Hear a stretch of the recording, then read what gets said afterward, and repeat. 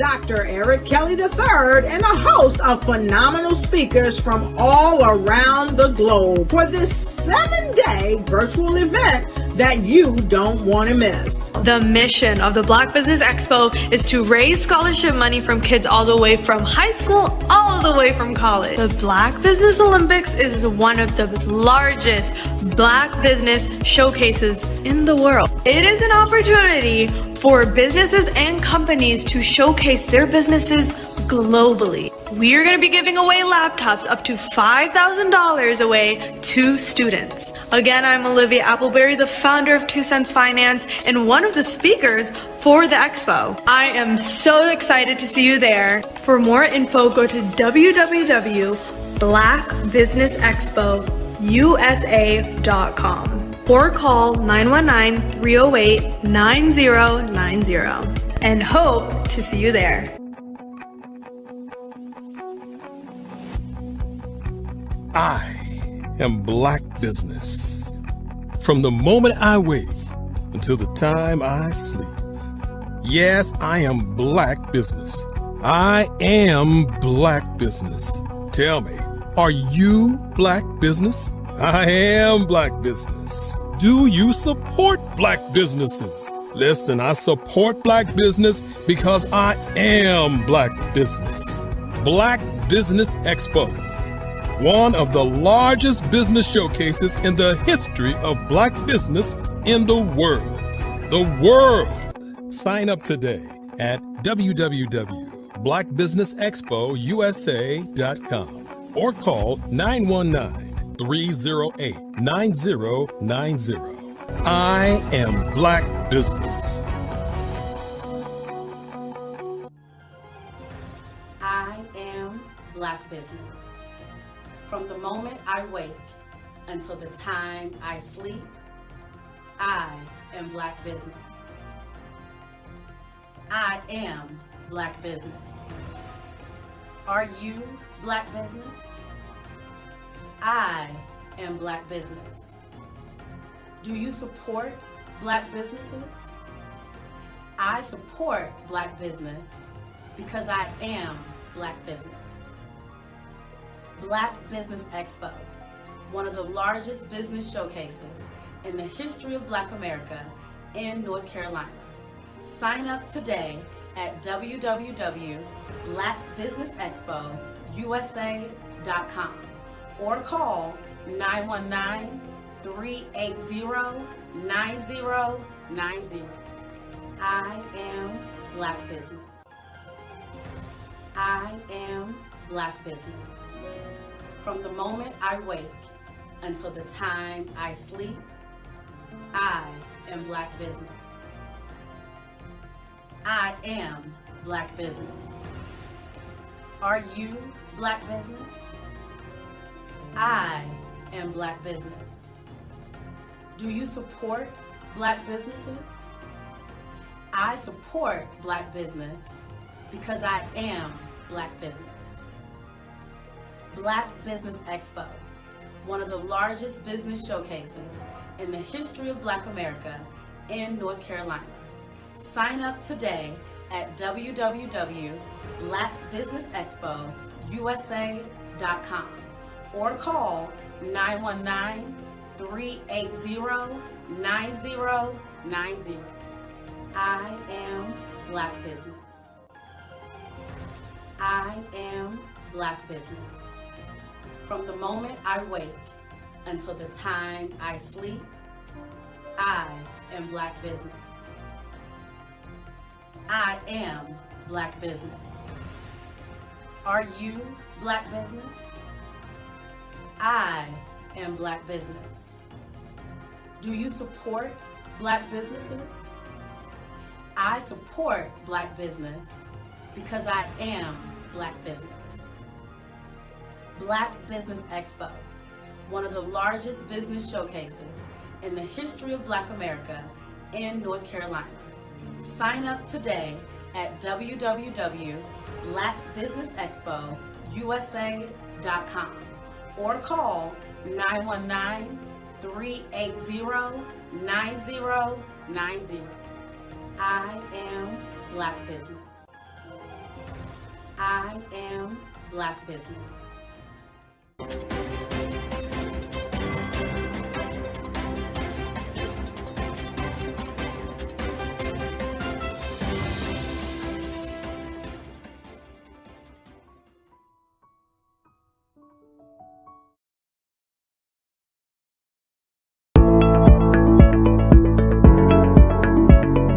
Prepare for what's coming and dominate in economic winter.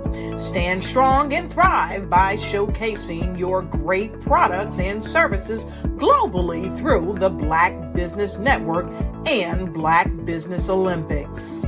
The Black Business Network has showcased over 2,000 companies with over $7 billion in sales each year. Over 10 million attendees have viewed the rebroadcast each month. Through the Black Business Olympics, unique styles of business training and mentoring are turning students into business owners and entrepreneurial warriors who will dominate in any economy. Gain the ultimate advantage of the Black Business Olympics, 7 days of unbelievable topics and speakers speaking around the globe. Donate your time and experience to provide expertise and scholarships to students worldwide and change the world. Now, more than ever, new insights, tools, strategies, and capabilities are needed. This is your chance for a major presentation to the world. Fill out the form and join the more than 2,000 speakers who have presented to over 200 countries. Join the Black Business Network streaming live into the Metaverse, STEM City, Black Multiverse Enterprises, Hulu, Amazon, YouTube, iHeartRadio, Apple, Facebook, LinkedIn, Pod TV, IBM TV, Spotify, and Google Podcasts. Sign up today. Spaces are limited, and we will see you there.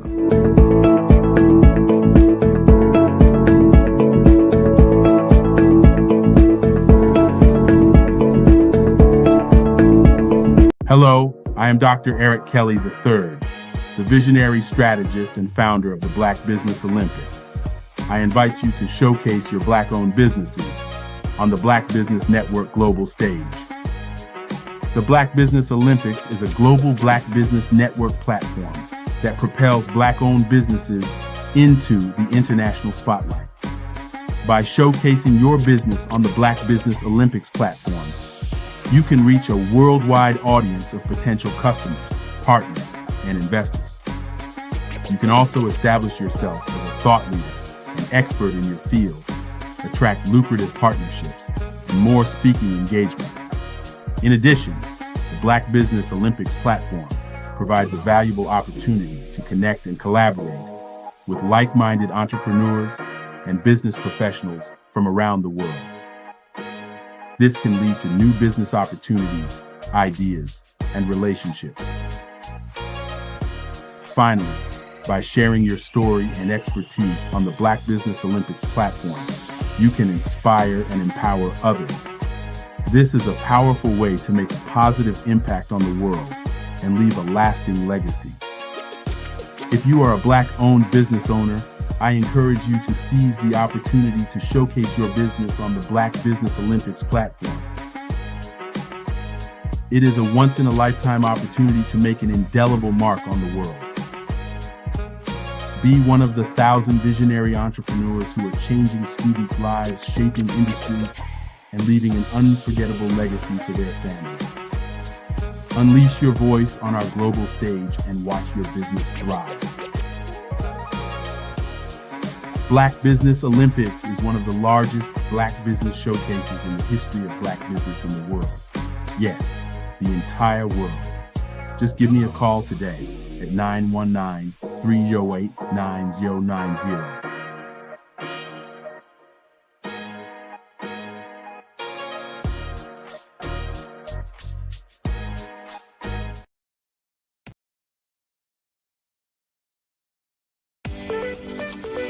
You are in the right place at the right time. The Black Business Network opens again for its Black Business Olympics, a 24/7 broadcast on business, strategies, global branding, social media marketing, finance, advertisement, and much, much more.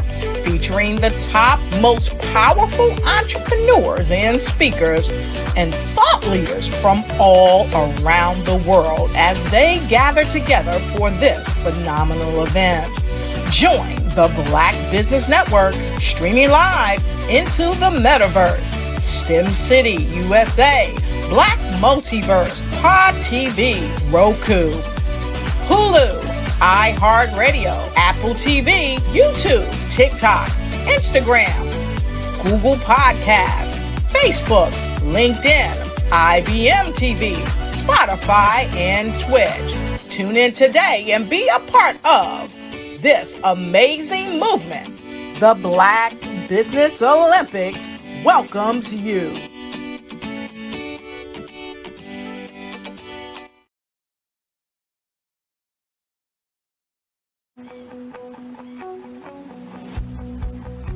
I am Black Business.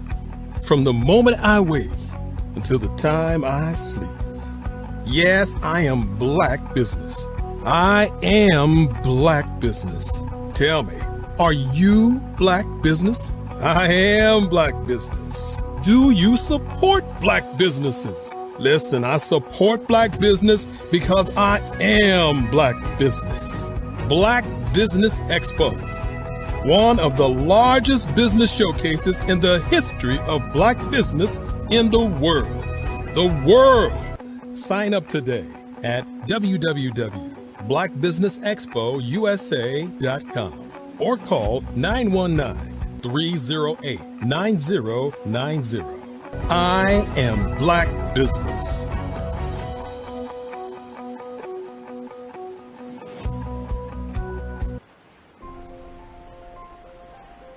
What if you could build your own city?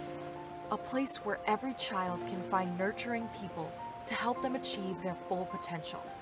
A place where every adult can access job training support, where health education is abundant, where social justice ruled the land. A place without limitations. Welcome. You have arrived at STEM City USA. It is what every city should be. A safe and trusted community where you find people and resources to help you become everything you are and beyond. STEM City is unlike anything you have ever experienced. It is a digital twin of the world around you, only better. STEM City is about energy and soul renewal. It is more than a digital world. You can almost feel the power of live cultural events, music, and theater. STEM City promises a better future for children with caring mentors and hands-on activities with dedicated tutors to support our youth. STEM City is your passport to a healthy lifestyle with weekly events addressing our community's many issues. STEM City is your financial well-being with helpful information on wealth management, career advancement, job training, and so much more. STEM City is the community you deserve. It is the city where your dreams can come true. STEM City USA, a place in the sky that is accessible to all who reach for the stars.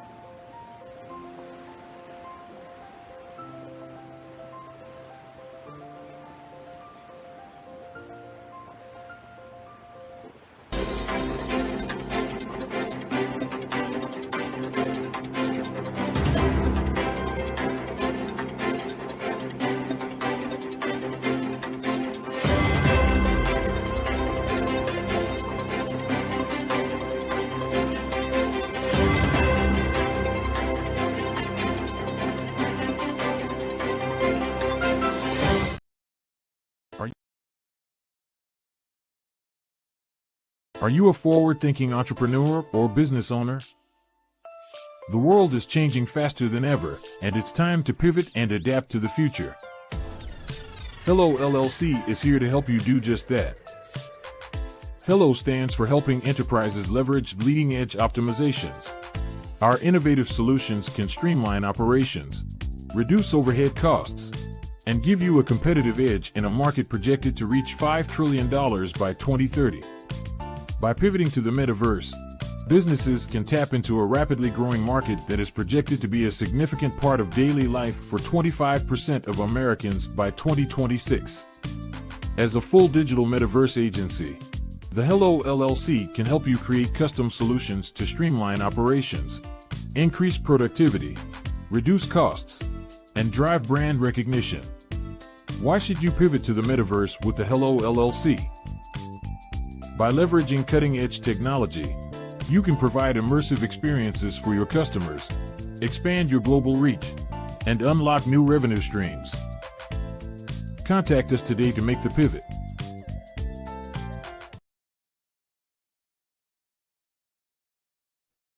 Hey everyone, it's Grant McGaw, CEO of 5-Star BDM and host of the award-winning Follow the Brand podcast and TV series, where I help you to build a 5-star brand that people will follow. My genius is personal brand development through intelligent communication and helping you achieve your business and career goals.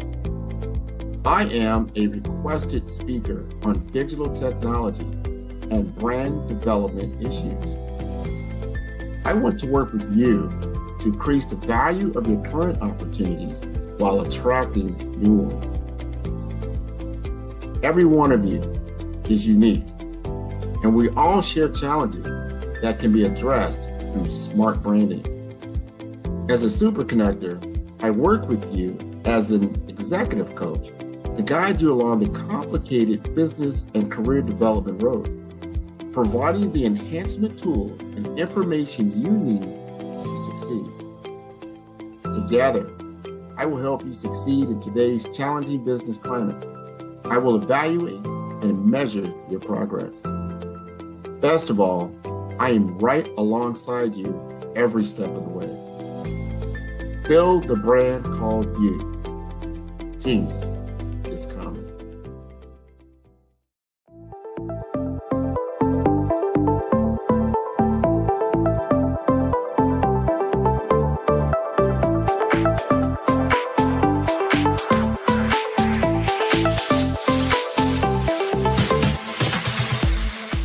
You need to be messaging and communicating to a lot more folks and getting them committed to you as a brand and feeling that you are trustworthy, as a subject matter expert, and for their needs and their pain points. That says, look, here are my pain points. Here's the problem that I have that I don't want, or the benefit that I want that I don't have. And Grant and Sydney understand that and are giving me information to be able to assist, in my eliminating those pain points.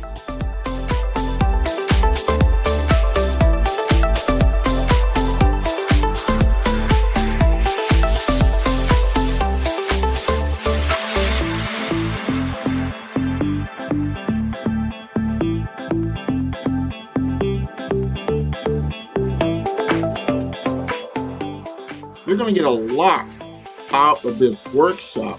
We're going to show you ways that you can begin to look at this particular problem, that you can apply different formulas, techniques, and skills. They're going to get you to that next level. And then you'll understand the value that we're bringing.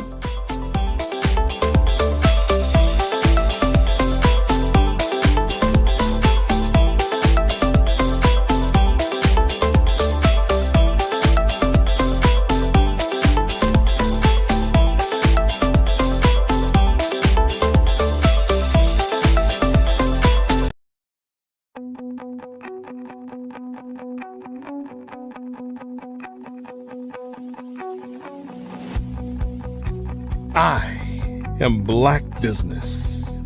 From the moment I wake until the time I sleep. Yes, I am Black business. I am Black business. Tell me, are you Black business? I am Black business. Do you support Black businesses? Listen, I support Black business because I am Black business. Black Business Expo, one of the largest business showcases in the history of Black business in the world. The world. Sign up today at www.blackbusinessexpousa.com or call 919-308-9090. I am Black business.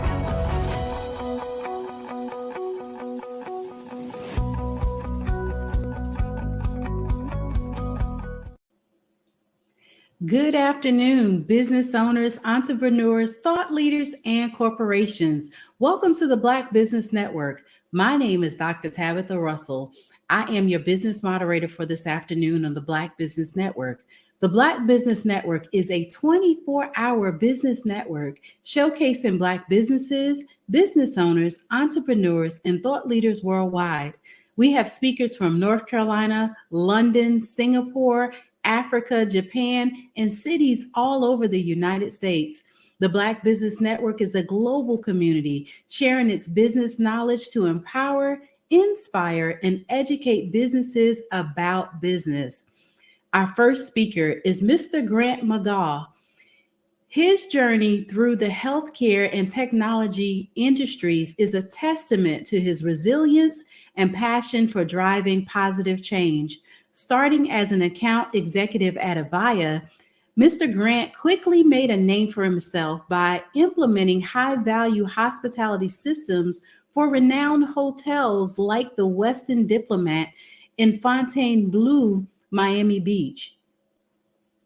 Motivated by the entrepreneurial spirit, Mr. Grant founded 5-Star BDM Management Consulting and Advisory Group. Through this venture, he helped entrepreneurs and small businesses build strong brands and achieve their goals. His expertise in personal branding and business development earned him recognition as a thought leader in the healthcare community. Grant's work was featured in prestigious publications, and he became a sought-after speaker at industry events. I present to you on today, Mr. Grant McGaw. Thank you very much, Dr. Tabitha. That was wonderful. You are most welcome. Thank you so much for being here with us on today. And I'll leave you with Genius is Common, and I'll see you on the other side. All right, I sure will. Sure will. Welcome, everybody. We're going to have a discussion around artificial intelligence. That is a big word today, but it's a game changer in what we're doing, and it affects a couple of different things. So without question, let's go into what I want to talk about, because I want to welcome all of you as entrepreneurs and digital innovators. And we want to talk about the convergence where the future is not merely predicted, but actively shaped by our actions and our visions. Now, if you didn't know, I'm Grant McGaw, and today we're going to embark on an exploratory journey through the dynamic realms of leadership and innovation in our digital era.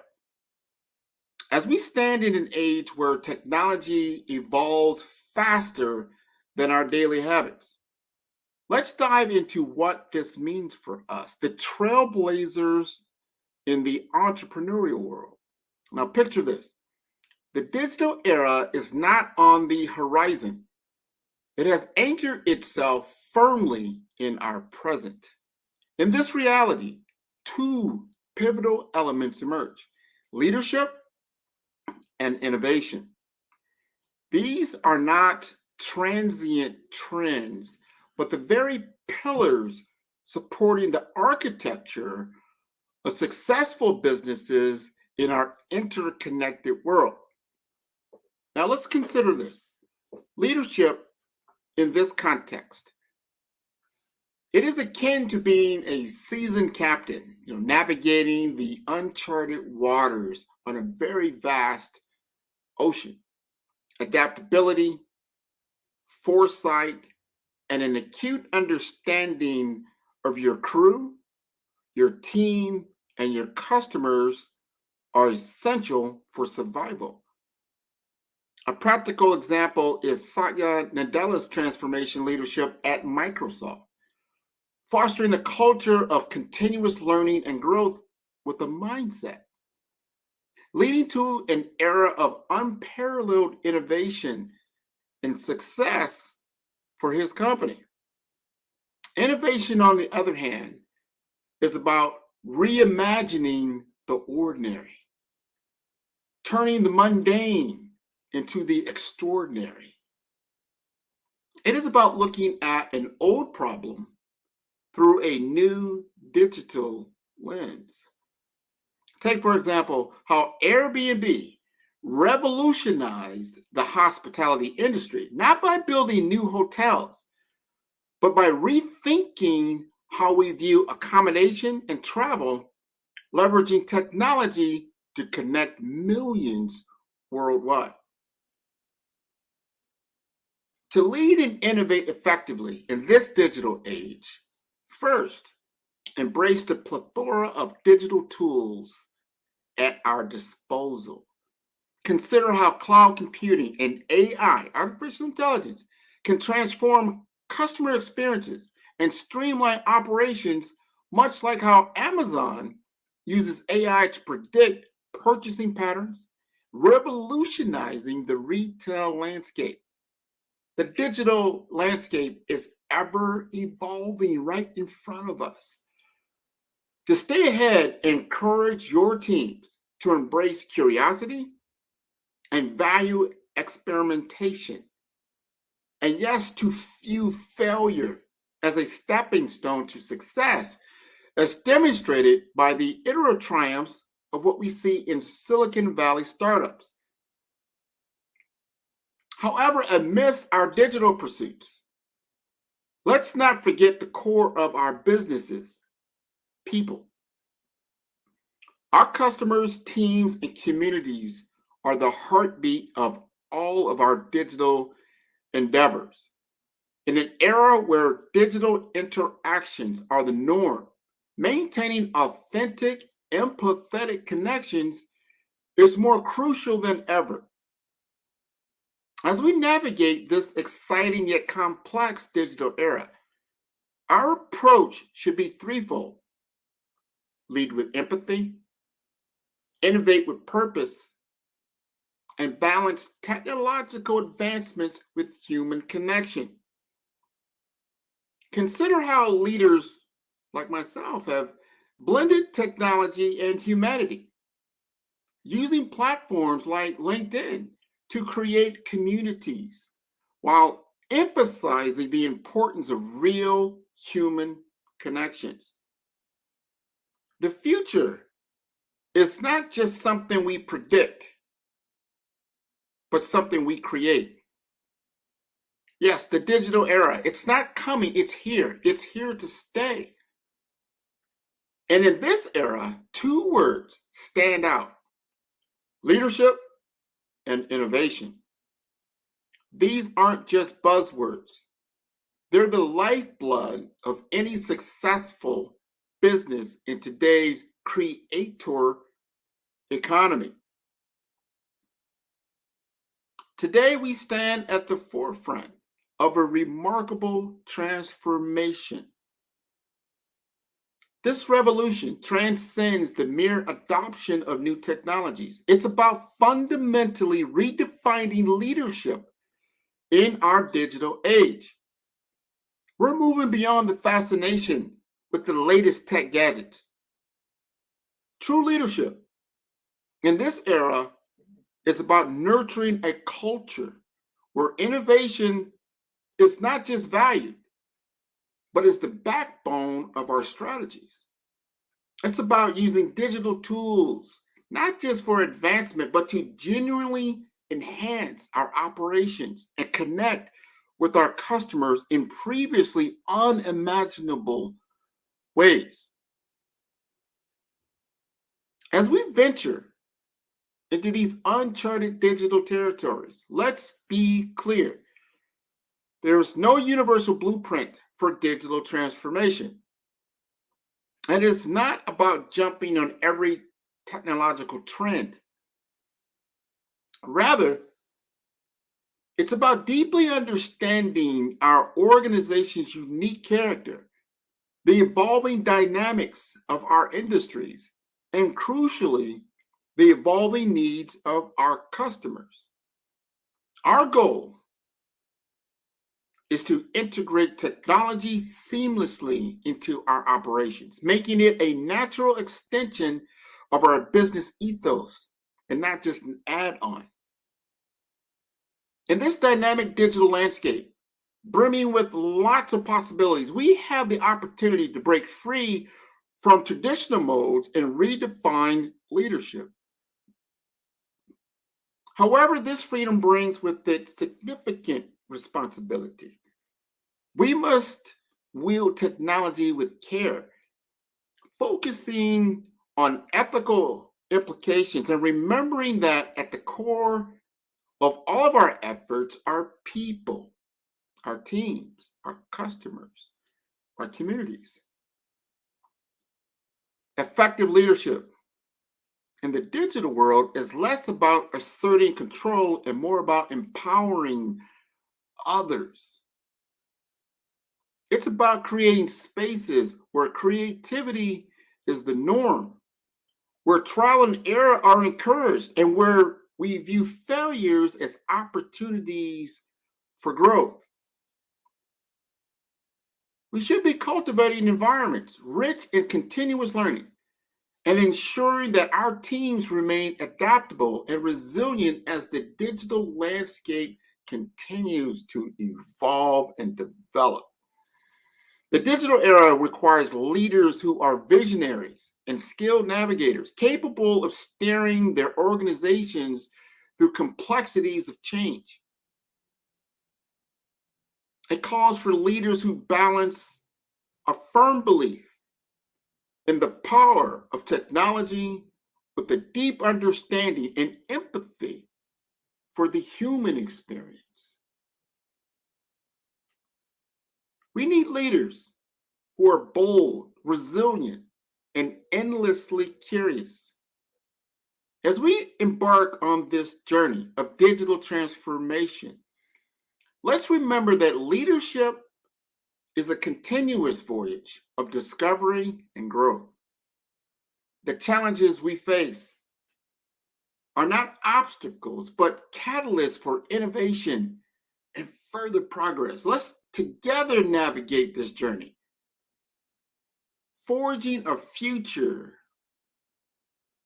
where technology serves to empower and elevate humanity, crafting a world in which our digital advancements continue to wow us, that they are in harmony with our human values. And our journey through the digital era, a pivotal transformation that stands at the forefront is the integration of artificial intelligence, AI, in decision-making, and the rise of remote work, the remote workforce, the work from anywhere consciousness. As we, the entrepreneurs and leaders, ride the waves of this digital revolution, we are redefining the very essence of team dynamics in leadership. The advent of remote work has reshaped the workplace landscape, bringing with it remarkable benefits and unique challenges. The flexibility and broader access to talent have been game changers. Yet they've been tasked with bridging the virtual divide in communication, fostering collaboration in an online world, and nurturing a culture that transcends physical boundaries. That's a very big challenge.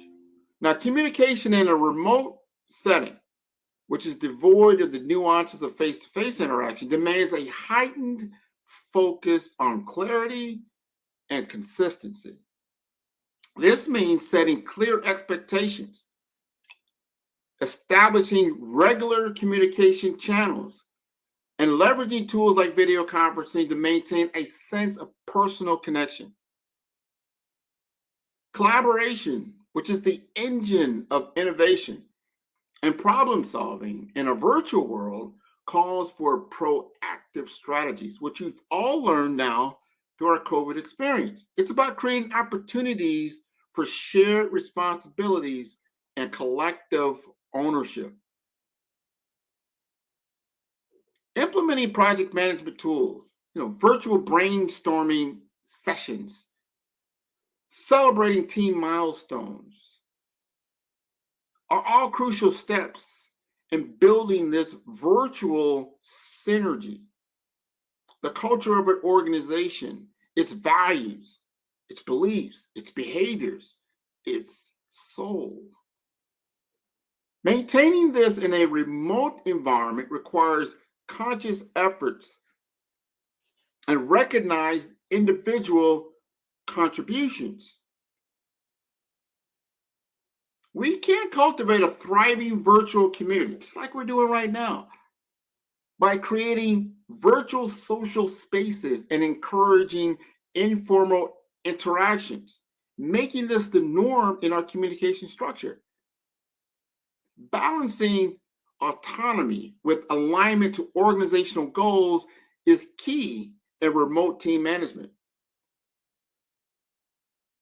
Trusting employees to manage their time and tasks while aligning them with the company's objectives is a delicate yet essential act. We've got to have regular feedback and empower decision-making within the team's scope as vital practices.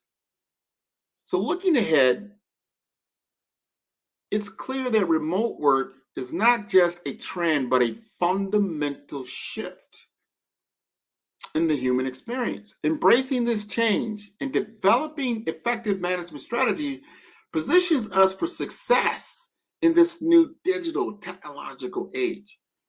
By prioritizing communication, collaboration, and culture, we can transform remote teams into cohesive, innovative units.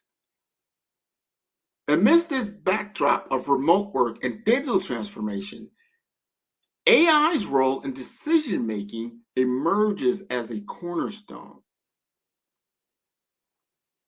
With its ability to analyze data, identify patterns, and make predictions, AI is not a replacement for human judgment, but a complement to it.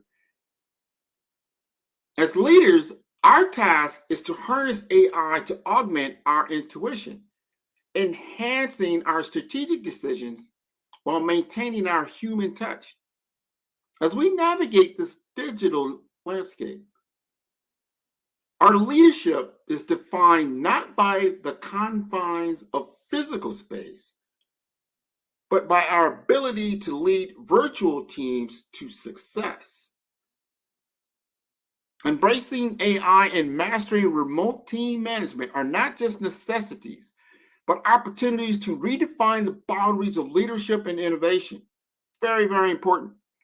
Let us seize this moment to harness the boundless potentials of our teams, guiding them through the digital era with vision, empathy, and strategic foresight. In this digital landscape, innovation is more than a mere buzzword. It is the core of our thriving success.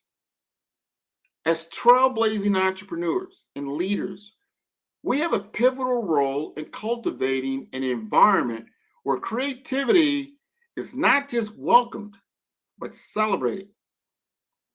It's about nurturing a space where experimentation is the norm and risk-taking is seen as an avenue for growth, not a path to fear. Innovation is a relentless journey, one of continuous exploration, adaptation, and reinvention.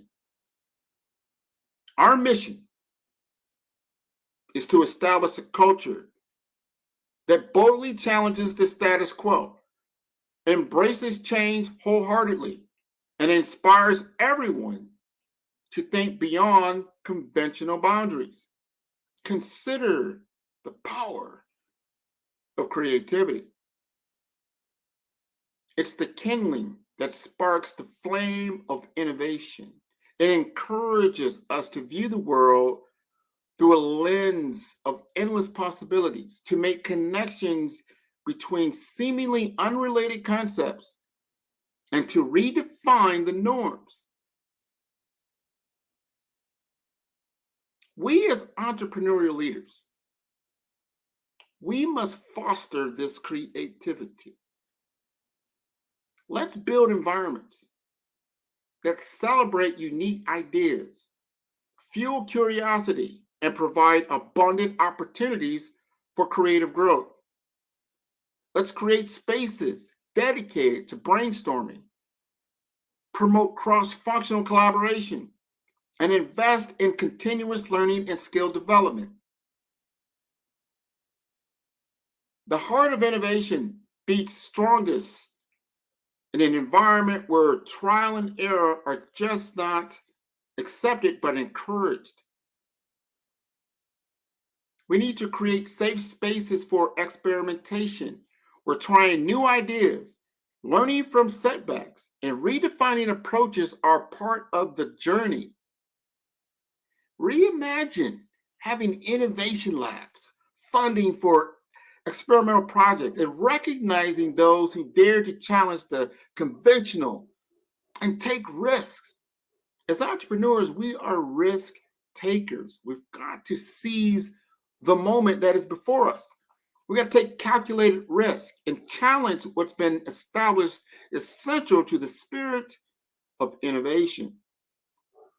We must empower our teams to make informed decisions, embrace calculated risk, and learn from both successes and failures. Let's decentralize decision-making, foster open discussions about potential risks, and celebrate the triumphs that arise from bold innovation decisions. But innovation is not just about birthing new ideas. It's about transforming these ideas into tangible outcomes that propel growth and success. We must create systems to capture access and implement these innovative ideas, ensuring that our creativity is effectively translated into impactful actions. Let's establish committees dedicated to innovation, provide resources for prototyping, and reward those who turn novel ideas into reality. In today's competitive digital world, innovation is not a mere luxury. It is a necessity.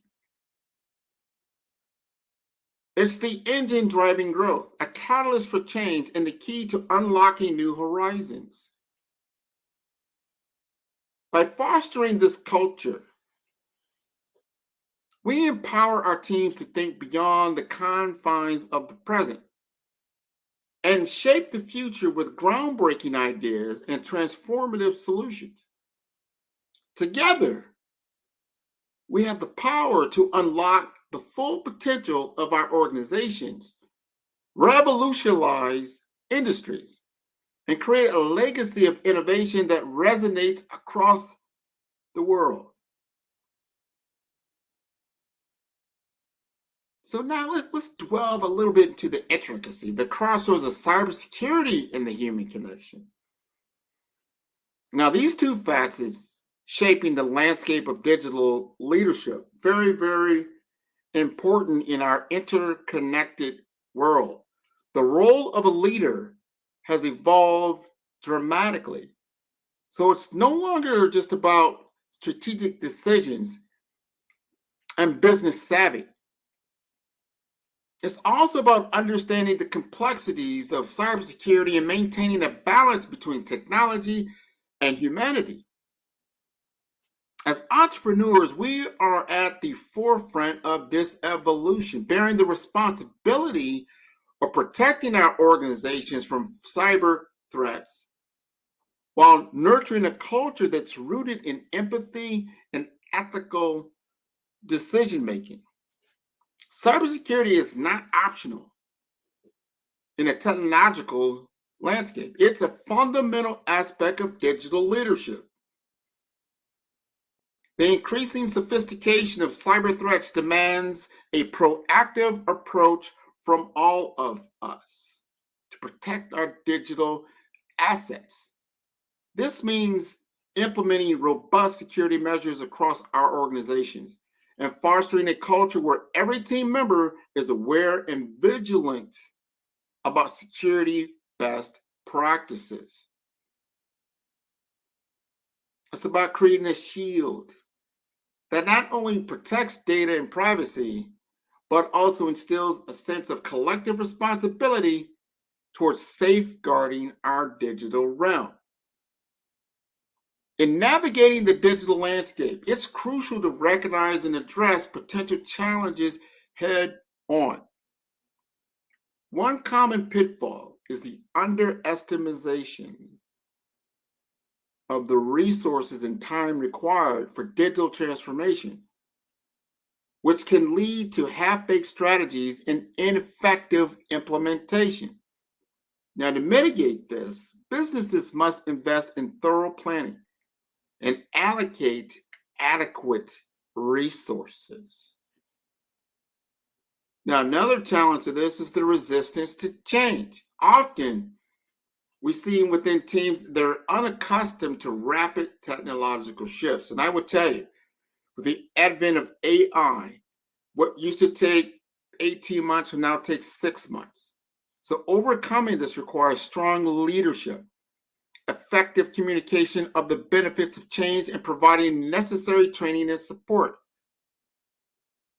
Additionally, in the realm of digital security, the increased risk of data breaches and cyber threats cannot be overlooked. So adopting a robust security measure and educating your employees about cybersecurity best practices is essential. As essential as how do you lock up your own home or business is very, very important.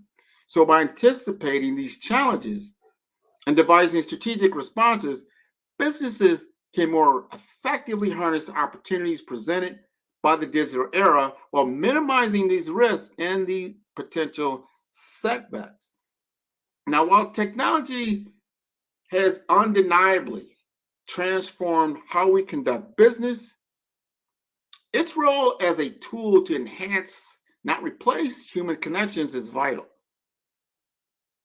As leaders, we must master the art of using technology to improve efficiency and unlock new opportunities while ensuring that we don't lose sight of the human touch.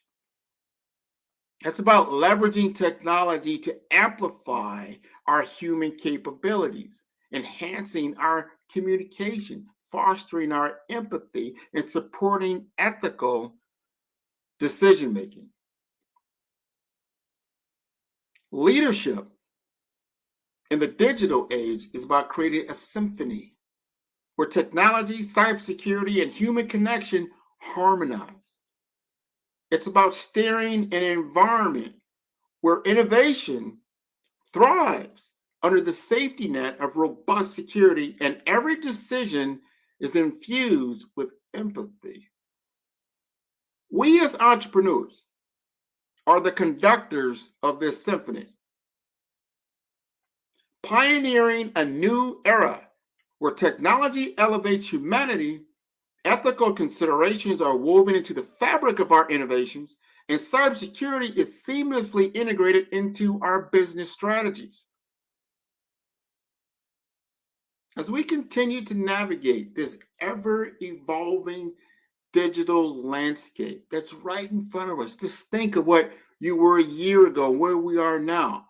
Let's embrace this integrated leadership model. Let's champion cybersecurity and data privacy. Let's foster a culture that values both technological expertise and human connection, and shape a future where technology acts as a catalyst for growth and innovation. Together, we can forge a path where our digital advancements harmonize with our human values, creating a legacy of leadership that is both technologically advanced and deeply human. As we stand at the edge of a transformative era, the landscape of leadership is witnessing a profound evolution. The leaders of tomorrow are those who effectively utilize data analytics, drawing meaningful insights to drive strategic decisions that propel their businesses forward. The traditional office-centric environment is undergoing a radical transformation with the rise of remote and flexible work. So in this era of relentless change, adaptability, and lifelong learning, they have become indispensable. And as leaders, we must embrace this reality. We must acquire this new knowledge, these new skills, these new perspectives to navigate the fluctuating digital terrain. So I want to leave you with this. I want you to understand where we're going, where we're headed, and that we have an open window to change the game as Black entrepreneurs on the world stage. But we must embrace these tools. We must understand these tools. We must deploy these tools. We must be the creator of these tools, not just the consumer. So as we bring in our automation, we start to really impact our customer relationships, and we start to foster a culture of innovation, that we take the lead in technological advancements in our community. It's very, very important that we do so because we have the tools at our disposal.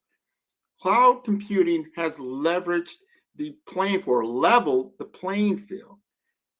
That means things that were just only for the few are now available to the many. But we've got to change the mindset. That's our only limiting factor at this point, is our own mindset. As we begin to transition into the creator economy, where your imagination is the new gold. See, imagination creates the data creates everything else. So let's move forward. With this, I'd like to conclude, and we can bring back our illustrious moderator. There she is. Thank you so very much. That was very, very informative on leadership and innovation. Let me tell you, I learned a lot of stuff on today. So thank you so much, Mr. McGaw, for sharing with us all of your wisdom and knowledge, sir. It has definitely been a pleasure. And I'll leave you, tell me this before we wrap up. How is it that people can connect with you? Absolutely. They can go to my website at 5, that's the number 5, Star BDM. That's B for brand, D for development, infomasters.com. All my information is there. I have lots of articles that have been written because we are on this shift. And as much information as I can, I like to get out there. I've created a knowledge base through all my different podcasts, what I'd like to invite you on to be a guest as well, to have this information. So somebody that's going for it, they need to understand about career development. What's it like business development? What is financial empowerment all about? Technology innovation. What is brand mastery? What is executive presence? You're not going to hear it from me. You're going to hear it from others who have lived the experience. And that's the collective on the 5-Star BDM website. I love it. Thank you so much for the invitation, as well as I will leave you with Genius is Coming, and I'll see you on the other side. Thank you. You're welcome. We would like to remind everyone to support our scholarship. The Black Business Expo's mission is to raise funds for high school seniors going to college or K-12 entrepreneurs. This expo is a fundraiser for students. You may go to www.blackbusinessexpousa.com to donate to the scholarship fund, or use the Cash App that's on the screen below at $BBXUSA.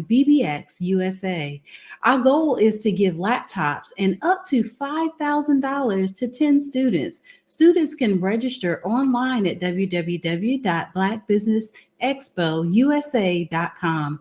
Every dollar counts. So we want to remind you to donate to the scholarship fund. We want to thank our Black Business Expo USA sponsors for their generous donations. NC 100, Moody Capital Partners, Suede Soul, Lotus Rich Coaching and Training, The Hello LLC, BBM Media, Carolina Virginia Minority Supplier Development Council, Step Management, BHS and Associates, Margie McLean Foundation Incorporated, Geniuses Common, Earth Essentials, Mullane Shania Global, Executive Women's Success Institute, The Quality Coaching Company, Superwoman Business Services, Creative Force Studios, Lee Entertainment, Artistic App Design, Black Business Expo USA. Genius is common, and I'll see you on the other side.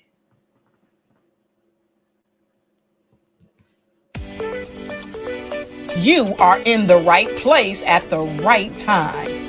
The Black Business Network opens again for its Black Business Olympics, a 24/7 broadcast on business, strategies, global branding, social media marketing, finance, advertisement, and much, much more.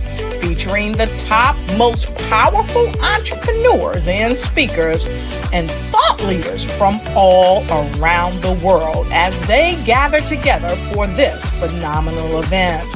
Join the Black Business Network streaming live into the metaverse, STEM City USA, Black Multiverse, Pod TV, Roku, Hulu, iHeartRadio, Apple TV, YouTube, TikTok, Instagram, Google Podcasts, Facebook, LinkedIn, IBM TV, Spotify, and Twitch. Tune in today and be a part of this amazing movement. The Black Business Olympics welcomes you.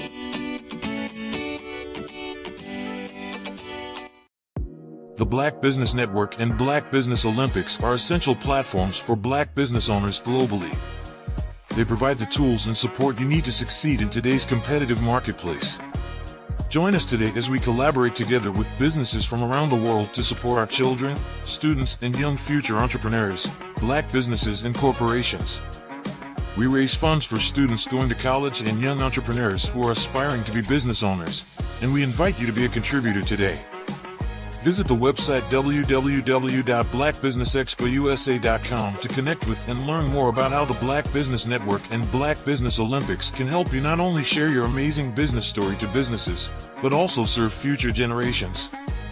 Hello, my name is David Jones, CEO and co-founder of the Hello LLC, where we help businesses build a culture, brand an experience, and leverage technology to pivot into Web3. Join the Black Business Network streaming live into Roku, Metaverse, STEM City, Black Multiverse Enterprises, Hulu, YouTube, iHeartRadio, Apple, Facebook, LinkedIn, Spotify, Twitch, and Google Podcasts. Tune in, turn on, and let's thrive.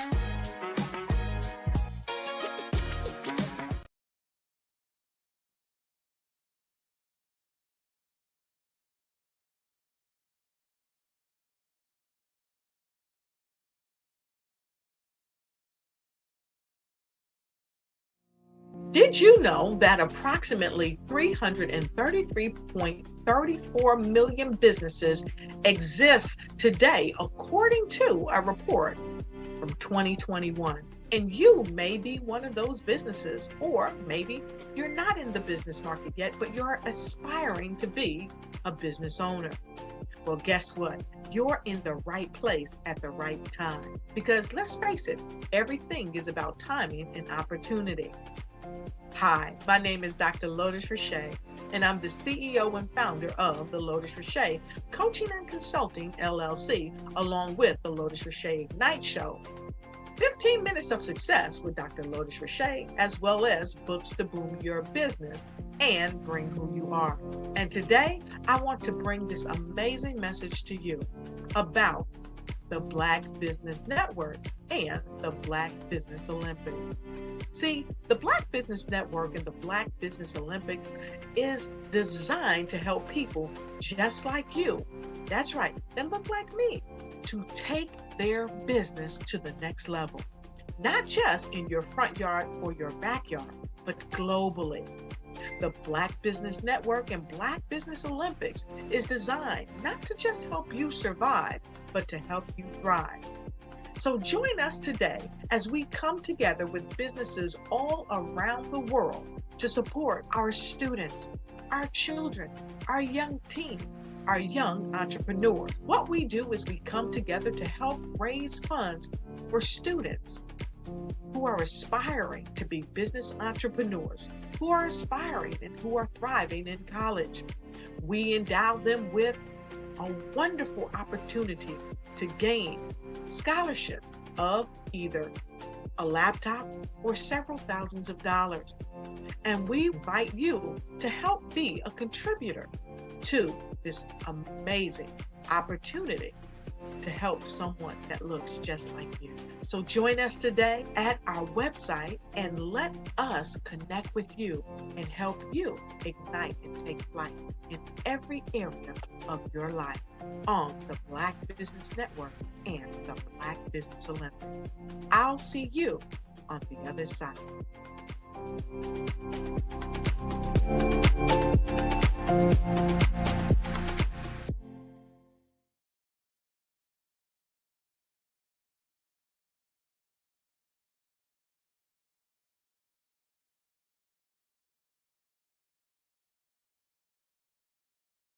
Hello, I am Dr. Eric Kelly III, the visionary strategist and founder of the Black Business Olympics. How many times have you been asked to help someone you didn't even know, a student, a business entrepreneur, or did you ever even ask, where did they end up?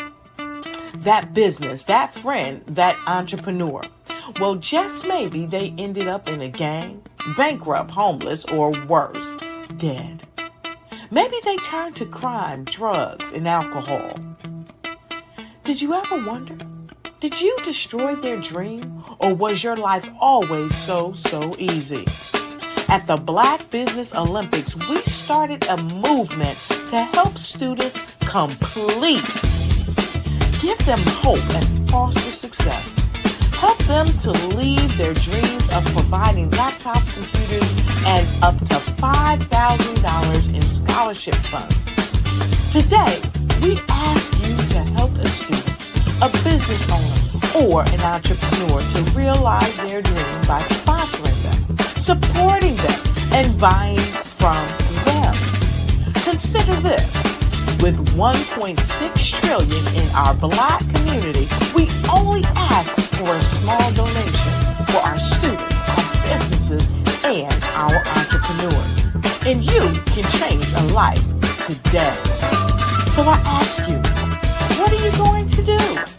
Sit on the sideline and watch our students in high school be leaders, miss out on their dream from lack of resources? Or are you going to donate to the movement and change their future and yours as well? Give us a call today at 919-308-9090. Change their life by investing with action to the Black Business Olympic Fund. The Black Business Olympics, one of the largest business showcases of Black business in the history of the world.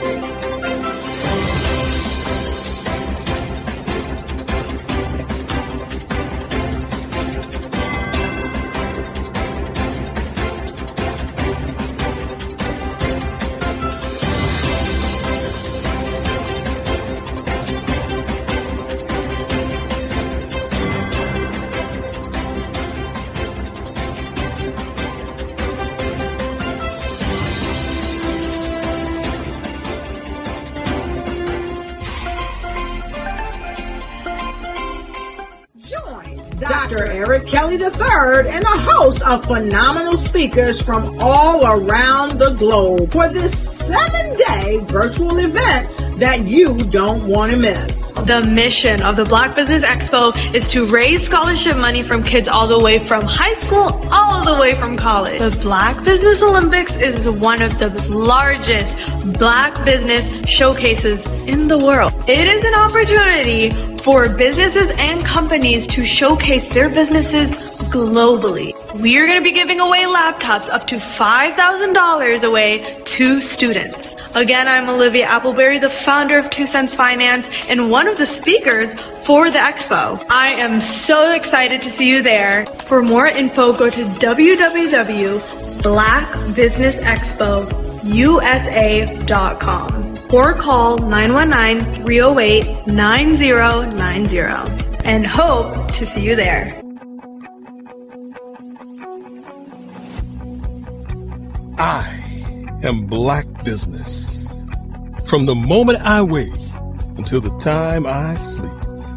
Yes, I am Black Business. I am Black Business. Tell me, are you Black Business? I am Black Business. Do you support Black businesses? Listen, I support Black business because I am Black Business.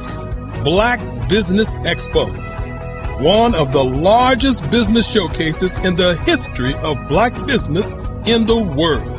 The world! Sign up today at www.blackbusinessexpousa.com or call 919-308-9090. I am Black Business. I am Black Business.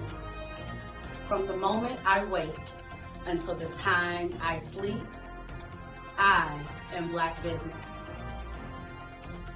I am Black Business. Are you Black Business? I am Black Business. Do you support Black businesses? I support Black business because I am Black Business. Black Business Expo, one of the largest business showcases in the history of Black America in North Carolina. Join Dr. Eric Kelly III and a host of phenomenal speakers from all around the globe for this 7-day virtual event that you don't want to miss. The mission of the Black Business Expo is to raise scholarship money from kids all the way from high school, all the way from college. The Black Business Olympics is one of the largest Black business showcases in the world. It is an opportunity for businesses and companies to showcase their businesses globally. We are going to be giving away laptops up to $5,000 away to students. Again, I'm Olivia Appleberry, the founder of 2 Cents Finance and one of the speakers for the expo. I am so excited to see you there. For more info, go to www.blackbusinessexpousa.com or call 919-308-9090 and hope to see you there. I am Black Business. From the moment I wake until the time I sleep. Yes, I am Black Business. I am Black Business. Tell me, are you Black Business? I am Black Business. Do you support Black businesses?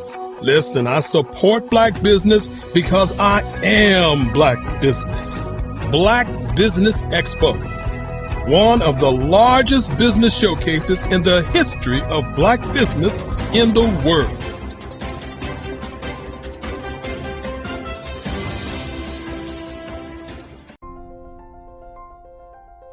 What if you could build your own city? A place where every child can find nurturing people to help them achieve their full potential. A place where every adult can access job training support. Where health education is abundant, where social justice ruled the land, a place without limitations. Welcome. You have arrived at STEM City USA, It is what every city should be. A safe and trusted community where you find people and resources to help you become everything you are and beyond. STEM City is unlike anything you have ever experienced. It is a digital twin of the world around you, only better. STEM City is about energy and soul renewal. It is more than a digital world.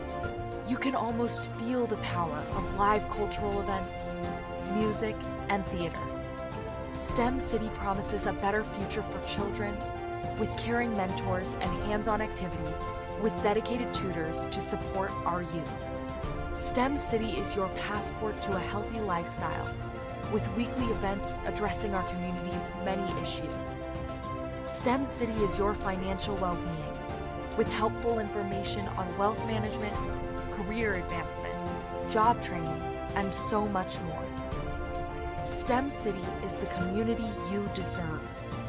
It is the city where your dreams can come true.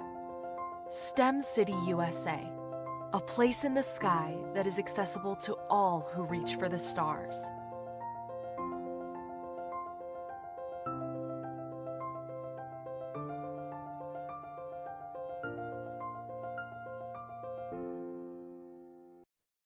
Hey everyone, it's Grant McGaw, CEO of 5-Star BDM and host of the award-winning Follow the Brand podcast and TV series, where I help you to build a 5-star brand that people will follow.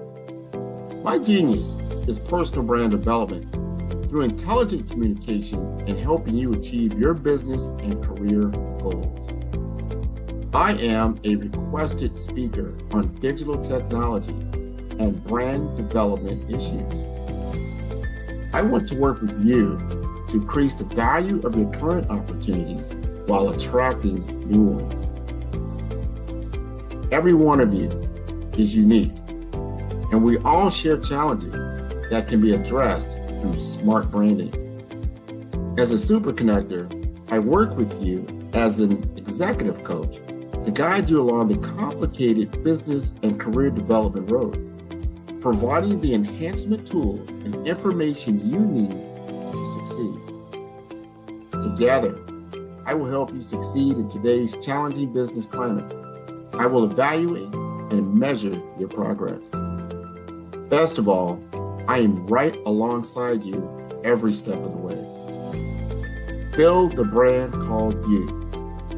Genius is coming. Hello, this is Israel, and I am CEO of Daydreams Interactive and author of Princess Planet. So, genius is common, and as a kid, I loved to daydream. Even as an adult, I love to daydream. And when my daughter became 6 and loved princess characters, but we just could not find the diversity that showed her, we created our own characters. So, for instance, you have Princess Nulu right here. Princess Nulu is from Uganda, and her genius is that she loves to take care of animals. She can actually even listen and hear what they say. And then we have Princess Isabella right here. Princess Isabella, she's from Cuba, and her genius is biochemistry. One day she hopes to eliminate disease. Then we have Princess Nia right here, and Princess Nia is based off of my daughter, and she wants to be the greatest dancer alive. So that's her genius. So what's your genius? My genius is my imagination. Genius is common.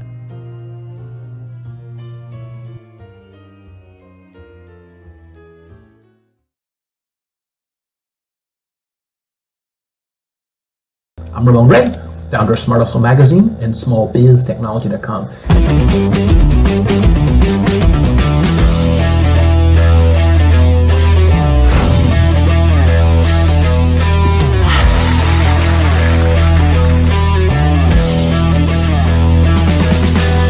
You're here today to celebrate small business success. Stand up on your feet. You rocked the house. It was amazing. Didn't we learn? For me, success comes from failure. One thing not to do is shake somebody's hand like this.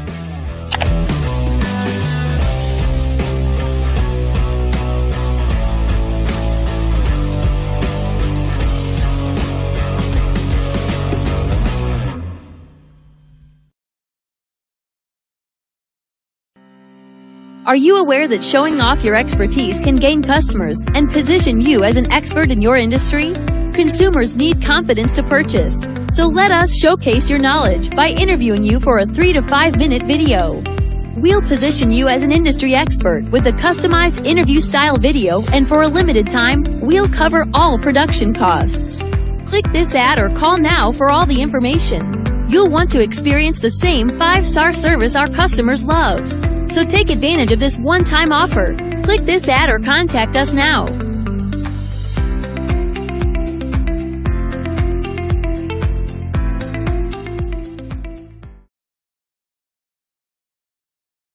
I was born in a little village on the island of Haiti.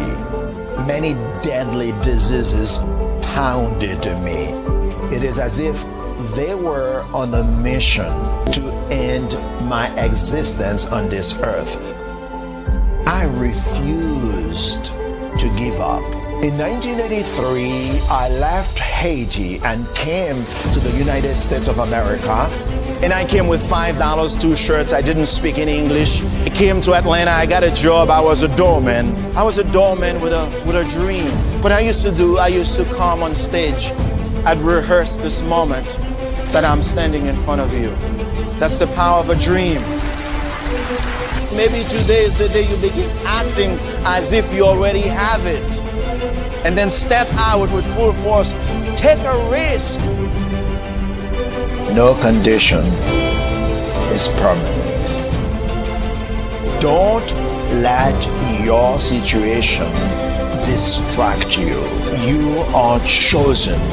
You are called. You are born for a purpose in this life.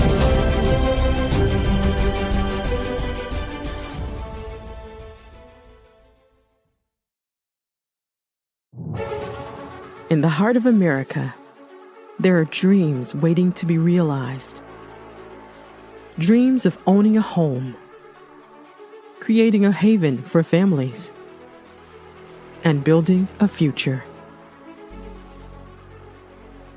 Yet, there are 13 million mortgage-ready home buyers and nearly 20 million renter households who have the credit and income to qualify for a mortgage but remain left out of the home buying process. These potential home buyers are in urban and rural America, where dreams should flourish. The big banks, the giants of finance, have all exited the mortgage lending business, decreasing their lending footprints across America. They are no longer present and active in these communities. Instead of offering opportunities for home ownership, some of these banks have chosen a different path. They have decided to become mega landlords. They have chosen to invest billions of dollars in rental homes, leaving potential home buyers with fewer options and stuck in a cycle of renting without the chance to build equity and create a legacy for their families. Here is the shocking truth.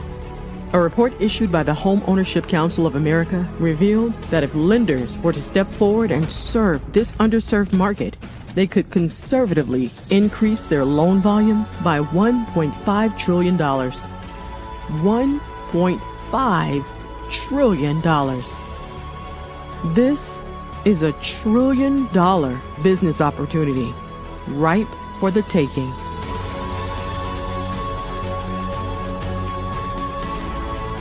That's why I Have a Dream Home is here. We support the American dream of home ownership in urban and rural America. We believe in the power of social consciousness and the impact it can have on people's lives. Investing in urban and rural America is not just good business sense. It's a moral imperative. Our mission is clear. Become the go-to mortgage lender in these communities. Create a pathway to home ownership for all Americans. Breaking the cycle of poverty by empowering families to build wealth, stabilizing our communities, and taking pride in our country. I have a dream home. Unlocking dreams, transforming communities, and rewriting the story of American home ownership. For more information, scan the QR code or visit our website at www.ihaveadreamhome.gold.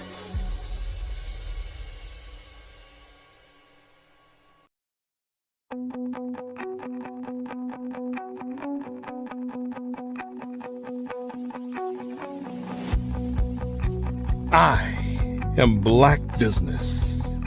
From the moment I wake until the time I sleep. Yes, I am Black Business. I am Black Business.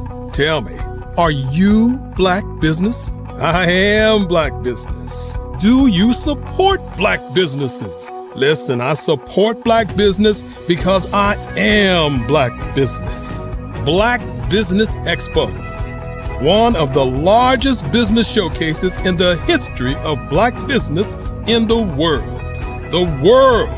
Sign up today at www.blackbusinessexpousa.com or call 919-308-9090. I am Black Business.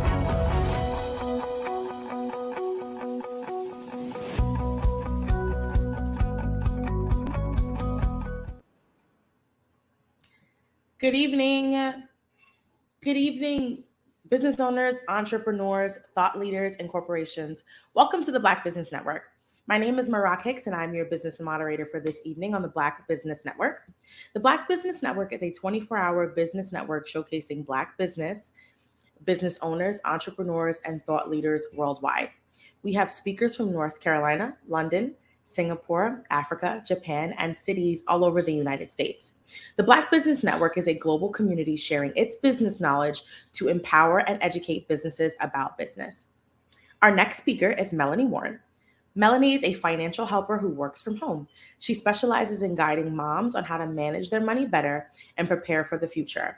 Whether it's saving for unexpected events, planning for your children's education, or thinking about retirement, Melanie has got you covered. Melanie understands the special challenges moms face. She offers a tailored plan to grow your money and protect your family. Melanie will guide you into picking the right insurance to choosing the best savings plan so your children can attend college. I present to you, Melanie Warren. Hi, Melanie. Sorry about my dogs. That's okay, right? That's life, the unexpected, but we keep things moving at the end of the day because that's what it's all about. So really excited. Awesome. Well, I will let you speak. Join us as comments, and I will see you on the other side. All right. Thank you. Well, hello, everyone. And first and foremost, I want to say happy Tuesday to each and every one of you. Happy Tuesday. Not easy Tuesday, but it is thankful, terrific Tuesday. Why? Because you made a decision of that. And I'm really glad to be in this space with you as we talk about building your financial mansion. So a little bit about me. I'm a wife to my amazing, slightly funny husband. I have 3 daughters who are ages from 9, 11, and 12, and I'm also a homeschool mom. I'm a licensed life insurance agent, a licensed registered vet, and I do everything from the womb to the tomb, right? And also just helping moms to understand the importance of having multiple streams of income. Not only that, but having a business, right? Because at the end of the day, no matter how wonderful your job may be, if you do not have a business, right, you can't leave the job, but you can't leave a business, right? And so I'm about leaving that legacy and create legacies as well, and just helping our children to understand the importance of having work ethics through having a business, particularly a home-based business. And so I love this.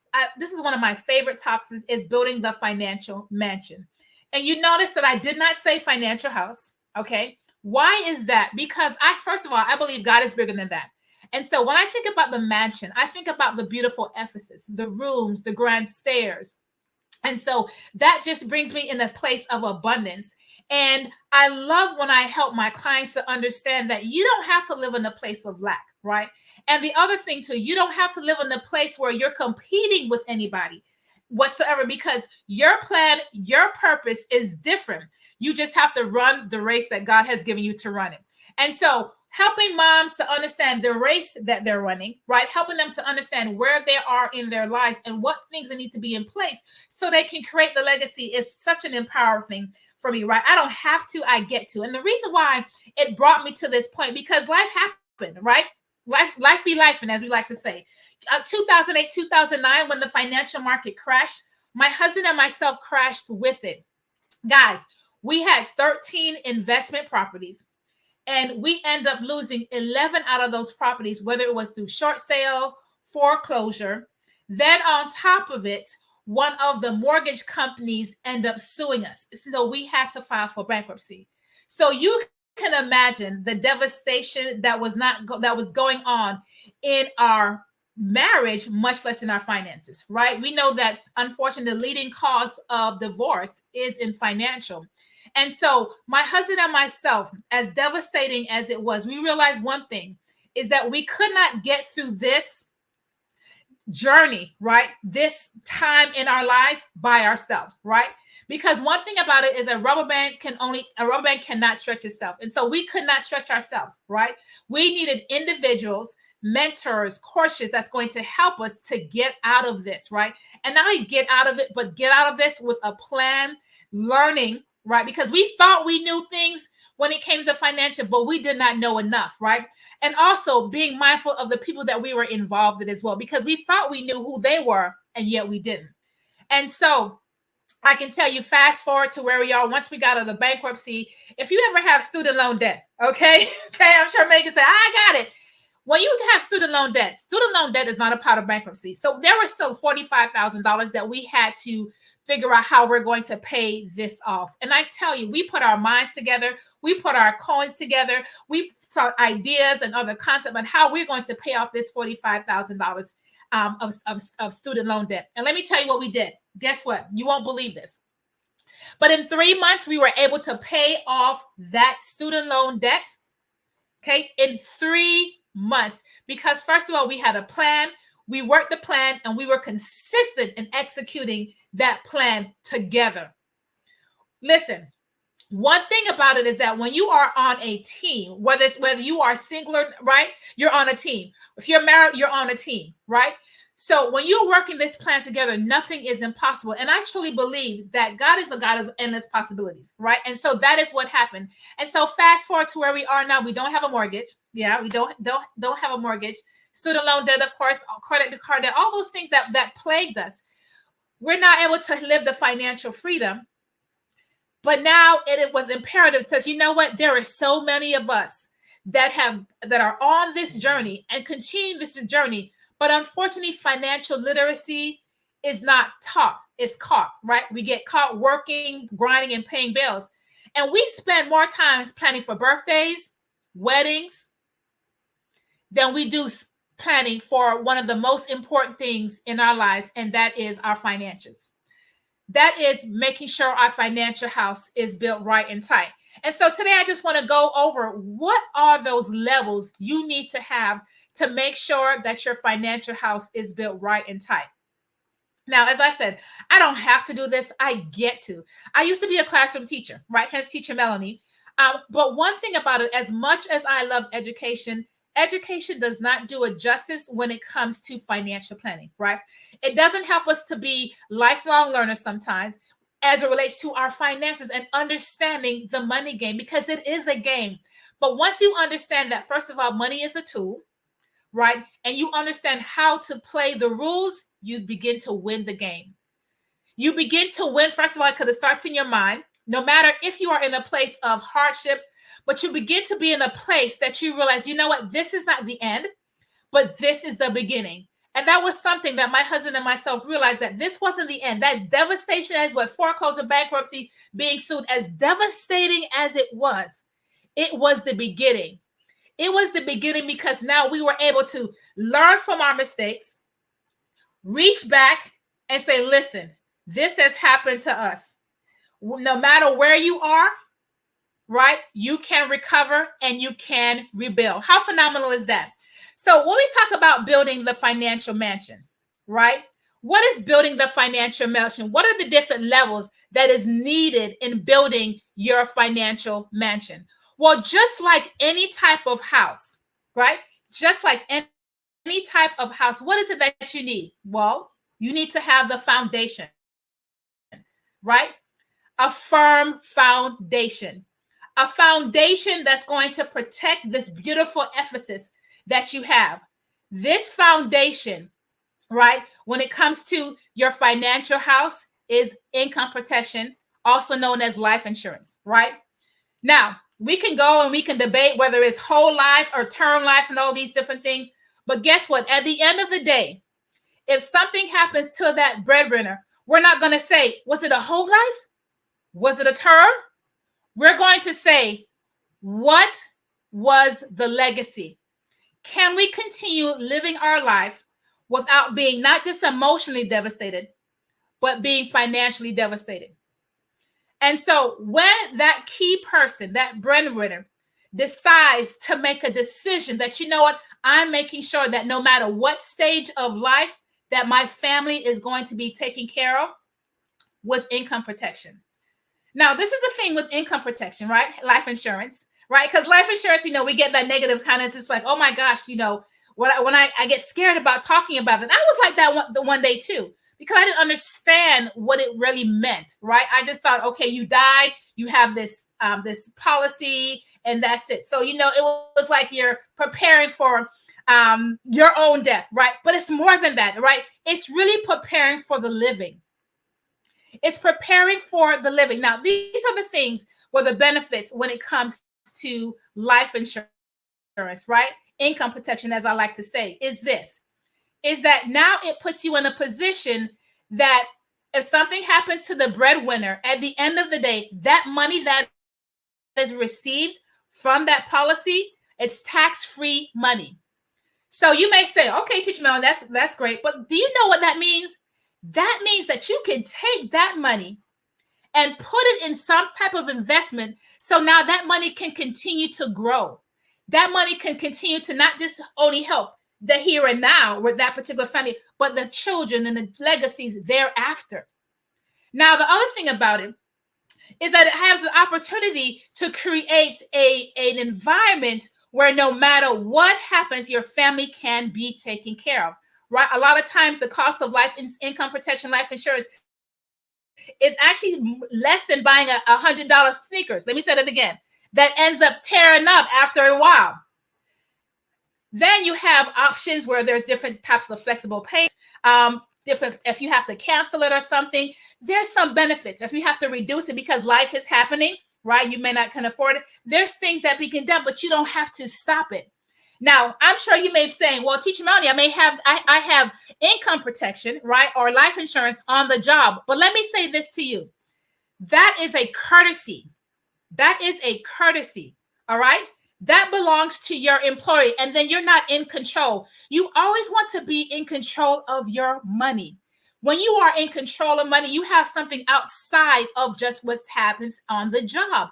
Because at the end of the day, okay, and I've had this. I had a client, unfortunately, had the income protection and decided that, you know what, I have something at work. But guess what happened? They weren't unable to work because they got sick. Now, because they were unable to work, they lost their benefits. So what they had privacy, because now they said, you know, I'm going to let that go. And they let it go. It lapsed. And so not only did it lapse, the policy that they had at work also was no existence anymore because they were no longer working. And so what ended up happening is now the wife came and was just like, I thought we were going to get some payout from the insurance. Come to find out they got nothing. Came to me and was just like, Teacher Melanie, if I make a payment, can I get something from the policy? And the answer to that was no, because the policy was not in existence. It was not enforced anymore. And so now it left the family devastated because they lost control. They allowed the job to control their finances instead of them being in control. The other thing about it, there are living benefits when it comes to income protection, right? For existence, if you become terminally ill, right? Now you can take a portion of that money from the policy, not a loan to the policy, and maybe to pay for alternative treatment. It's called accelerated riders. Pay for maybe a trip of a lifetime, whatever it might be. It's right. As I said, it's not a loan to the policy. That's a living benefit. Another type of living benefit is you have what's called a waiver of premium. A waiver of premium says this: heaven forbid, if you become disabled, that now you can take, the company will actually pay your premium on your behalf until you recover. That's another living benefit.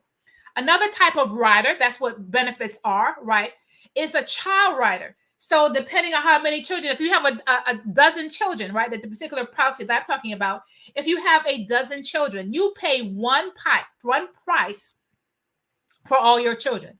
So I just did a policy yesterday for a couple, and they have 2 children and they want to have more. So they're paying like $8 and change for that, for all of their children, and not per child. It's for all children, right? So those are some of the benefits that are in place as it relates to the life insurance, which is the foundation of building the financial house, right? You know, I know in this time, in this season, we're excited, you know, it's a celebration, it's the holiday season, but this is also a good time to start reevaluating your finances. This is a great time to start looking back. If you do have life insurance, do you have enough, right? This is a time that you start looking at preparing, because now 2024 is around the corner, and you want to be able to have things in place that when 2023 ends, 2024 can start with a bang. So now we talked about what is the foundation of building this financial mansion. Now we're putting up the walls, we're putting up the roof, right? That's going to protect everything that is inside the mansion. Now, the roof that is needed, which is the protection, the legal protection. Legal protection is a will, a trust, a POA, which is a power of attorney or a living will.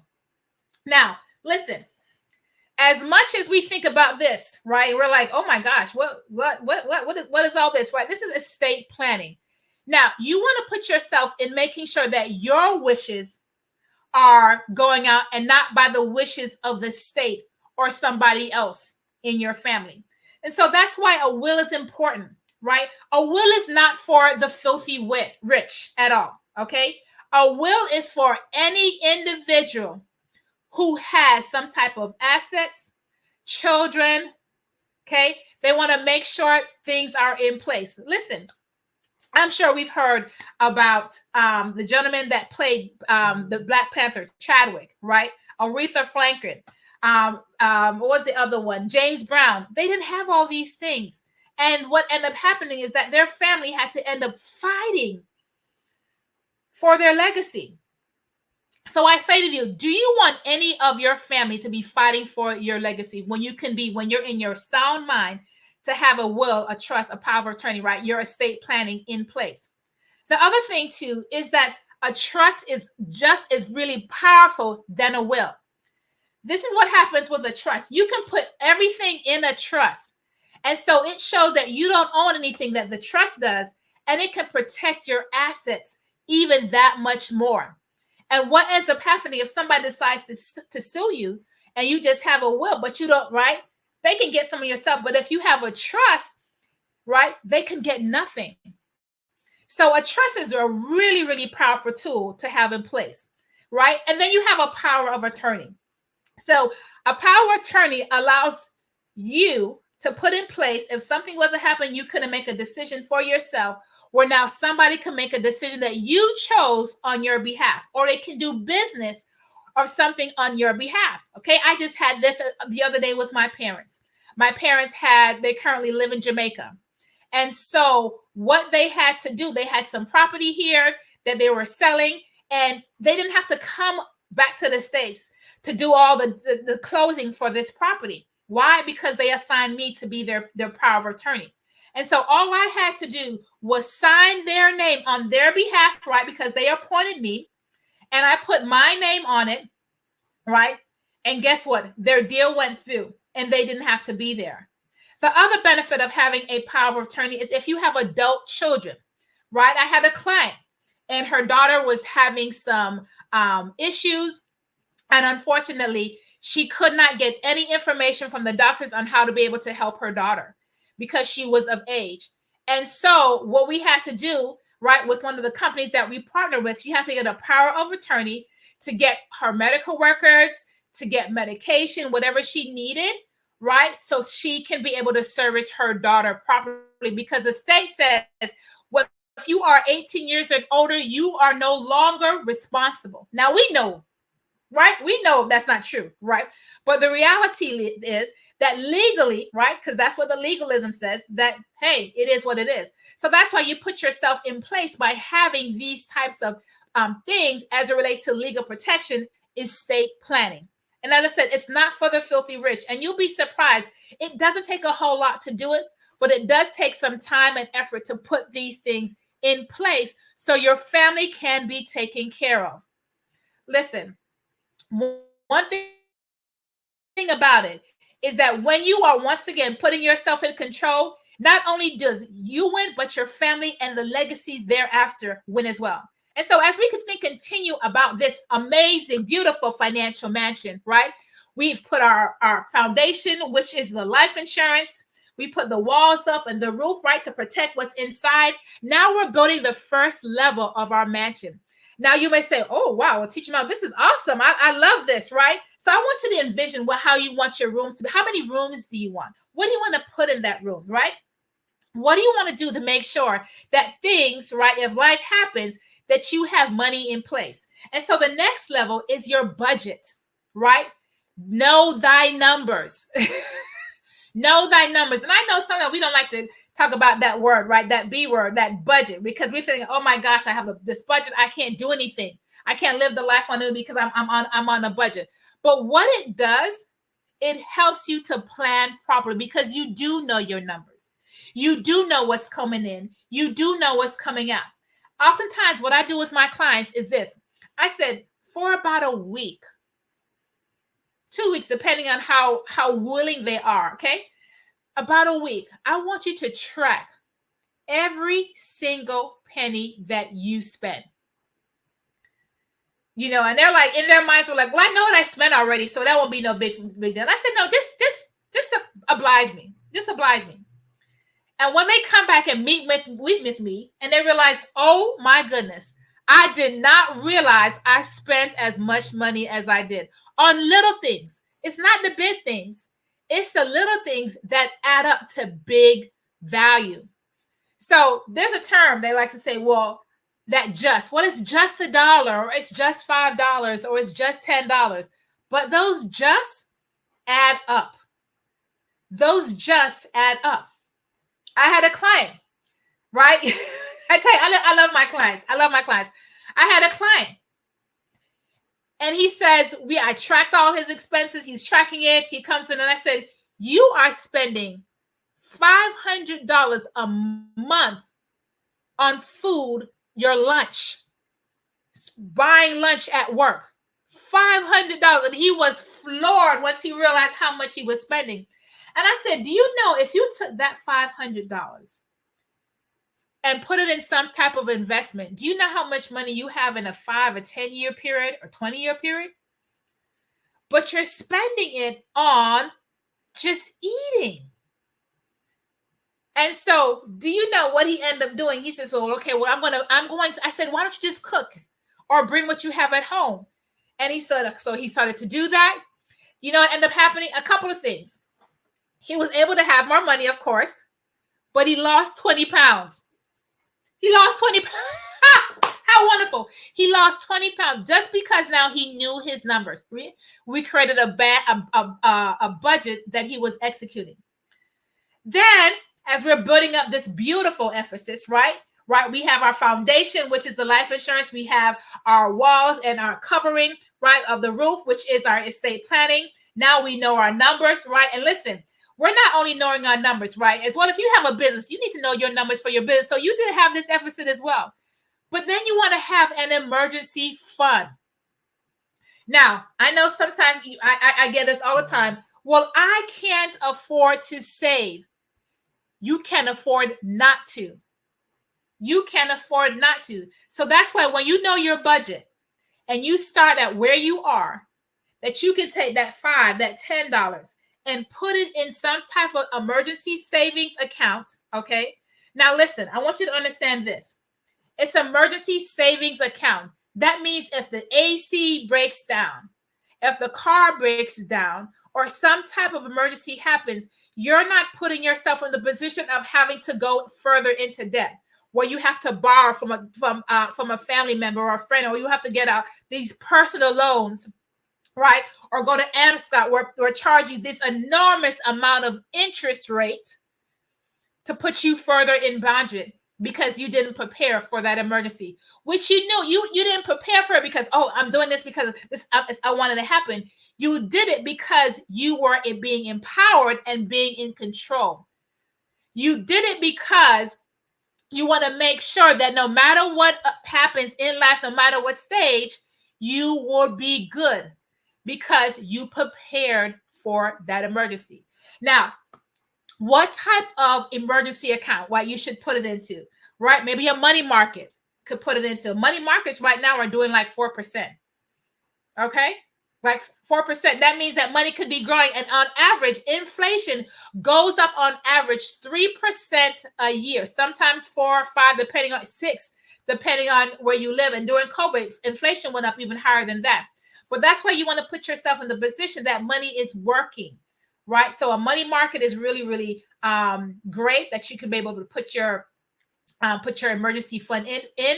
And why do you want to put it in some type of a money market or some type of fund that you can access that money very easily? Okay, because that's important, because for emergency, you need to be able to access it without any penalties or issues or anything like that. So having that money market, right, or some type of saving that you have is very important as it relates to your financial mansion and making sure that you are good. So let's recap real quick, right? We have our foundation, right? Say foundation, right? Which is our income protection life insurance. Now we're protecting what's inside of our beautiful edifices with our walls. Now we're putting in the roof, right? Which is our estate planning. Then we start building our beautiful edifices, right? So now we're going into our first room, which is grand because now we have a budget, right? Because we are in control. It's not controlling us. Then we go to the next room, right? Or the next wing, depending on how you want to look at it.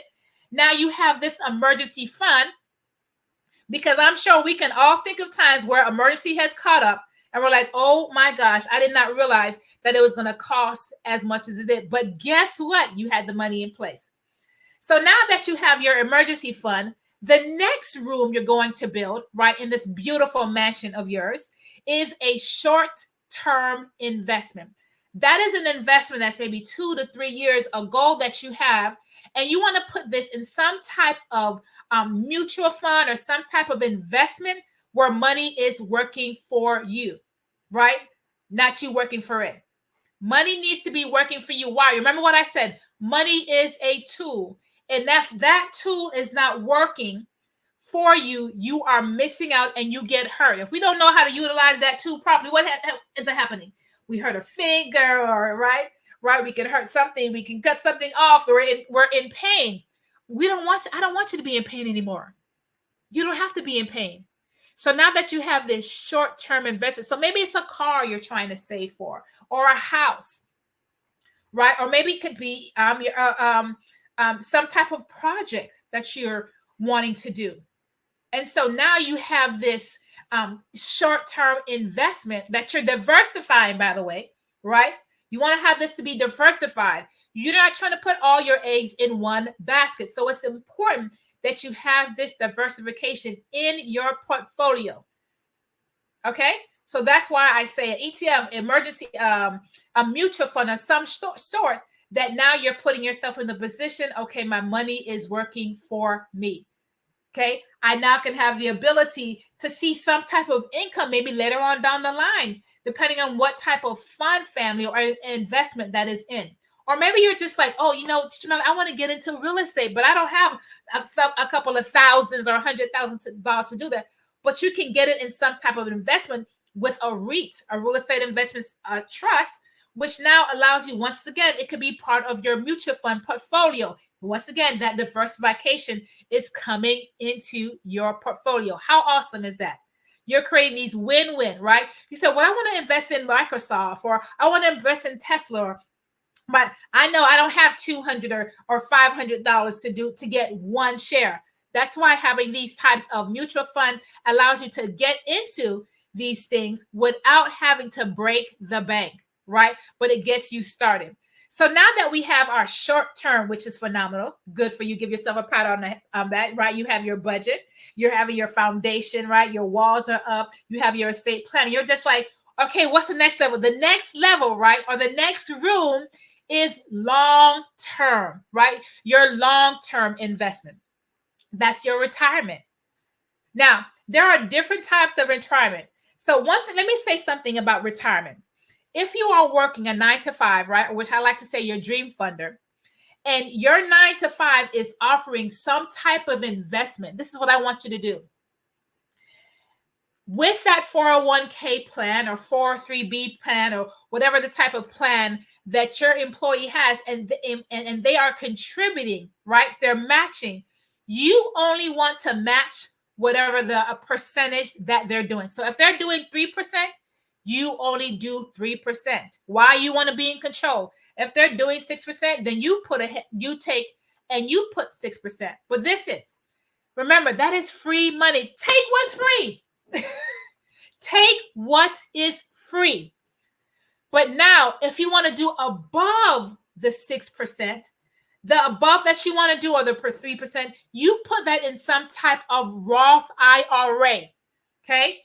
Because a 401k plan, a 403b, all these different plans that are employee sponsored, money is going in before taxes. And so what that means is that when it comes time for you to withdraw, because you are going to have to do a mandatory distribution at 71.5, yes, you do. You cannot have that money staying there. That is required, or you can get penalized. And then you get taxed, right, depending on what your tax bracket is. But you want to put yourself in the position that you're paying less taxes. So that's why opening up a Roth IRA is very, very, very beneficial. Very, very beneficial, because money is going in after taxes. And so that money can stay there and continue to grow. You don't have to have a mandatory distribution. The other benefit of it is this, is that if you decide, I just want the money to just grow, it can say that you don't have to have any mandatory distribution, or you do not have to pay taxes on that money as well, right? Because it's going in after taxes, right? And there's several different types of a plan, a SIP, if you have a business. Now, each year you want to also max out your retirement plan. Yes, you want to max that out. Okay, you want to max it out. So if you're below 50, right, it's $6,500 a year. And if you are above that, it's $7,500 a year that you can max out your retirement plan. Okay, so you want to definitely be able to put yourself in the position of getting that as much as you just can. So you're like, maybe like, I don't even know if I can phantom that. Listen, I'm dropping that seed in your mind so you can start thinking that, okay, how can I? What are some things that I need to do to put in place or to eliminate that's not giving me any value, that I can put these things in place now, not just for yourself, but for your children? Because guess what? Even with the retirement, you can open up a custodial Roth IRA for your children. I'm going to talk about that a little bit later, right, when it comes to the children part. But you can do this by having them to have businesses. Oh my gosh. This is what the wealthy people do. People ask me, so what do wealthy people do? They have three things. They have a financial education. They have a financial coach, okay, or advisor. And they have a financial plan that they execute, because they realize they cannot know everything, but they know somebody that does. So that's why I say to people, that's what I'm here for. I'm here to make sure I educate, empower my people, right, through my financial coaching, and making sure they have customized financial game plan that's going to be suitable for them and their family. Whether they are single, whether they are single with children, whether they are married, or whether they are married with children. When you realize what things go into place, when I put that financial game plan together and we start putting things, and listen, this is not a gotcha, right? It's not about a gotcha, but what it does is just really empowers you in putting them together. So I love this amazing thing and just making sure that families, right, Miss Hicks, are right and tight, because life be lifing. But once we understand the money game and putting ourselves in the position that no matter what stage of life, you can be good, because there is good, there is better, and there is best. What do you want to have for yourself? And making sure your financial mansion is built right and tight. So if you have not, you see what it says, Teacher Melanie. You can go to teachermelanie.com. You will see all of my social media platforms. So make sure you follow. And you also have the ability to book a complimentary. I'm doing that right now. Before I was charging, but right now, since we're having this season, you can book a complimentary appointment with me to see where you are and how I can help you to make sure that your financial mansion is built right and tight. And so you can find out where the holes are, right? So you can make sure that you're good. So thank you so much. Of course, Teacher Melanie, thank you so much. You touched a lot of things that are really true to the work that I do. So I'm an HR consultant, and I know all about informing people about their 401ks, their Roth 401ks, what to do with their benefits, and what's the best way for them to be saving money. So you hit all the nails on the head. Thank you so much for taking the time to join this evening and sharing your expertise. It was absolutely amazing. And with that said, genius is common, and I will see you on the other side. All right. Thank you. The Black Business Expo's mission is to raise funds for high school seniors going to college or K-12 entrepreneurs. The Expo is a fundraiser for students. You may go to www.blackbusinessexpousa.com to donate to the scholarship fund, or use the Cash App hashtag $BBXUSA that's on the screen below. Our goal is to be giving laptops and up to $5,000 to 10 students. All students interested can register online at www.blackbusinessexpousa.com. Every dollar counts, so we want to remind you to donate to the scholarship fund. We also want to thank our Black Business Expo USA sponsors for November of 2023. Our sponsors are NC 100, Moody Capital Partners, Suede Soul, Lotus Richer Coaching and Training, The Hello LLC, BDM Media, Carolina Virginia Minority Supplier Development Council, Step Management, BHS and Associates, Marjorie McLean Foundation Incorporated, Genius is Common, Earth Essentials, Malane Shania Global, the Executive Women's Success Institute, Hello LLC, the Quality Coaching Company, Superwoman Business Services, Creative Force Studios, Lee Entertainment, Artistic App Design, Black Business Expo USA, Genius is Common, and I'll see you on the other side.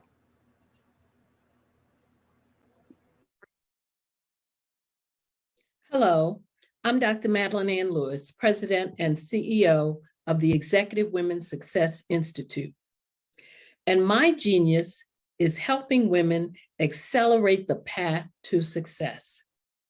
You know, I was blessed to have strong women in my life who encouraged, motivated, and pushed me to do my best and to never even think about giving up on my dreams. So I say to women, we must show up to rise up. We have talents and potential, but who will see them if we don't speak up and get noticed? I know that women are a tremendous resource on this planet, and there is nothing more fulfilling than helping a woman tap into her full potential. I do this because I want to be a part of helping as many women as I can to show up, to rise up. I do this because genius is common.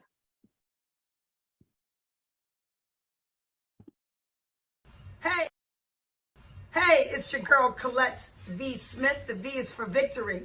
My mama would tell you the V is for Veronica, but it's Colette V. Smith, the NFL's first African-American woman to coach in the history of the National Football League by way of being the first female in 2017 to coach in New York Jets franchise history.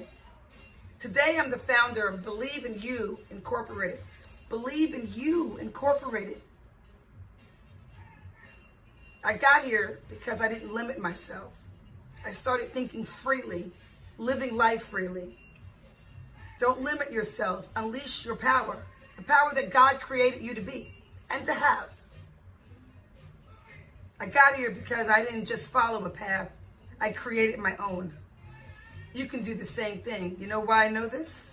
Because genius is common.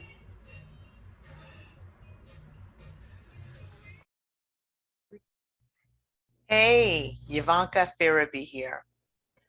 I'm the founder and executive director of Beyond the Shackles. We're a nonprofit that instills hope in the incarcerated, disenfranchised, and their families. But we don't stop there, because what we know is that you don't have to spend one day behind physical bars to be in shackles in your heart and your mind. And we help people to rise up. What is my genius? I'm a life elevation coach and strategist. I'm a motivational speaker, and I help people to navigate the difficult terrain of adversity. Do you know that you can build the most beautiful masterpiece from the rubble that might lie at your feet from the most difficult of times? Well, you can. And I help people to walk out their God-given plans and find their genius. Why? Everybody has genius, because genius is common.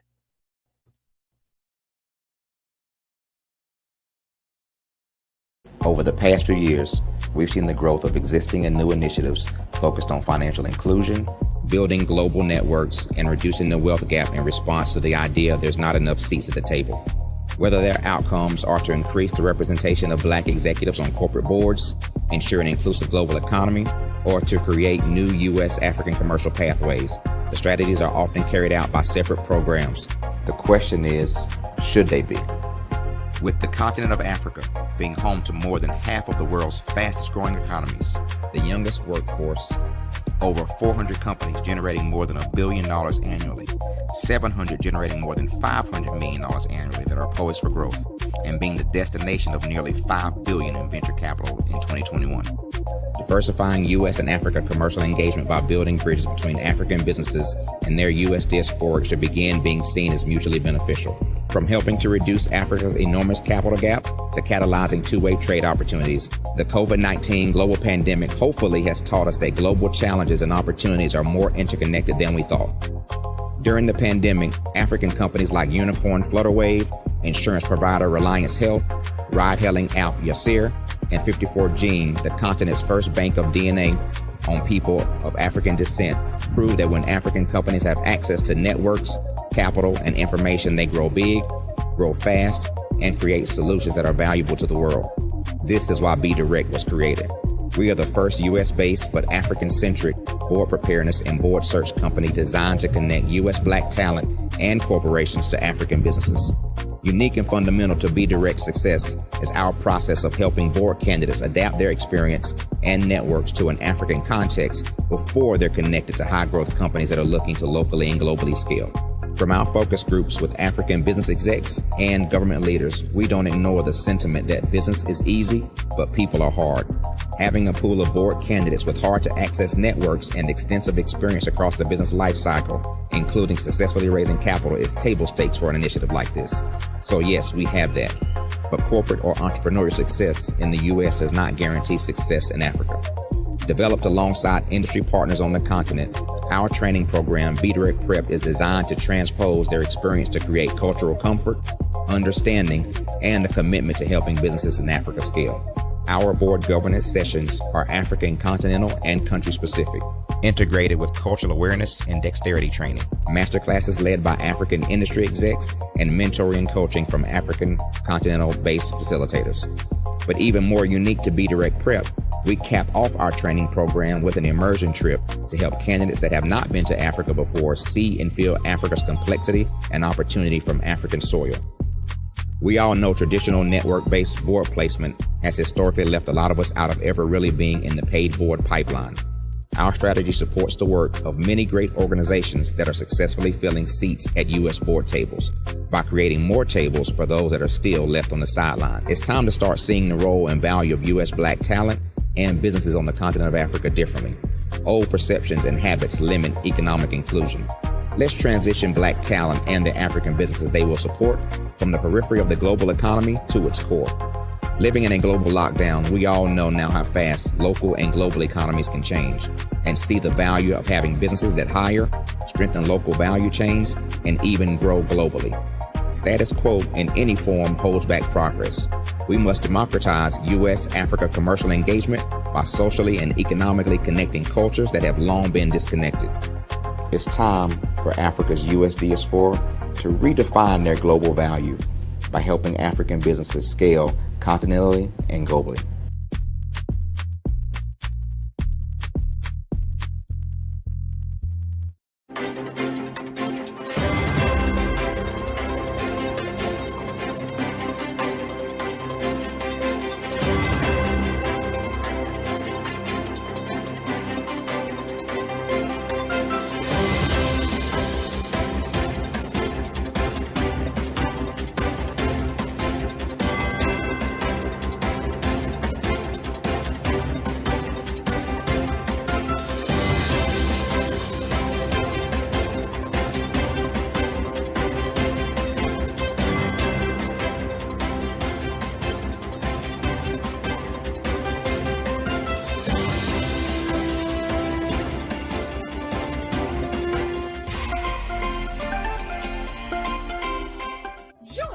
Dr. Eric Kelly III and a host of phenomenal speakers from all around the globe for this 7-day virtual event that you don't want to miss. The mission of the Black Business Expo is to raise scholarship money from kids all the way from high school all the way from college. The Black Business Olympics is one of the largest Black business showcases in the world. It is an opportunity for businesses and companies to showcase their businesses globally. We are going to be giving away laptops up to $5,000 away to students. Again, I'm Olivia Appleberry, the founder of 2 Cents Finance and one of the speakers for the expo. I am so excited to see you there. For more info, go to www.blackbusinessexpousa.com or call 919-308-9090 and hope to see you there.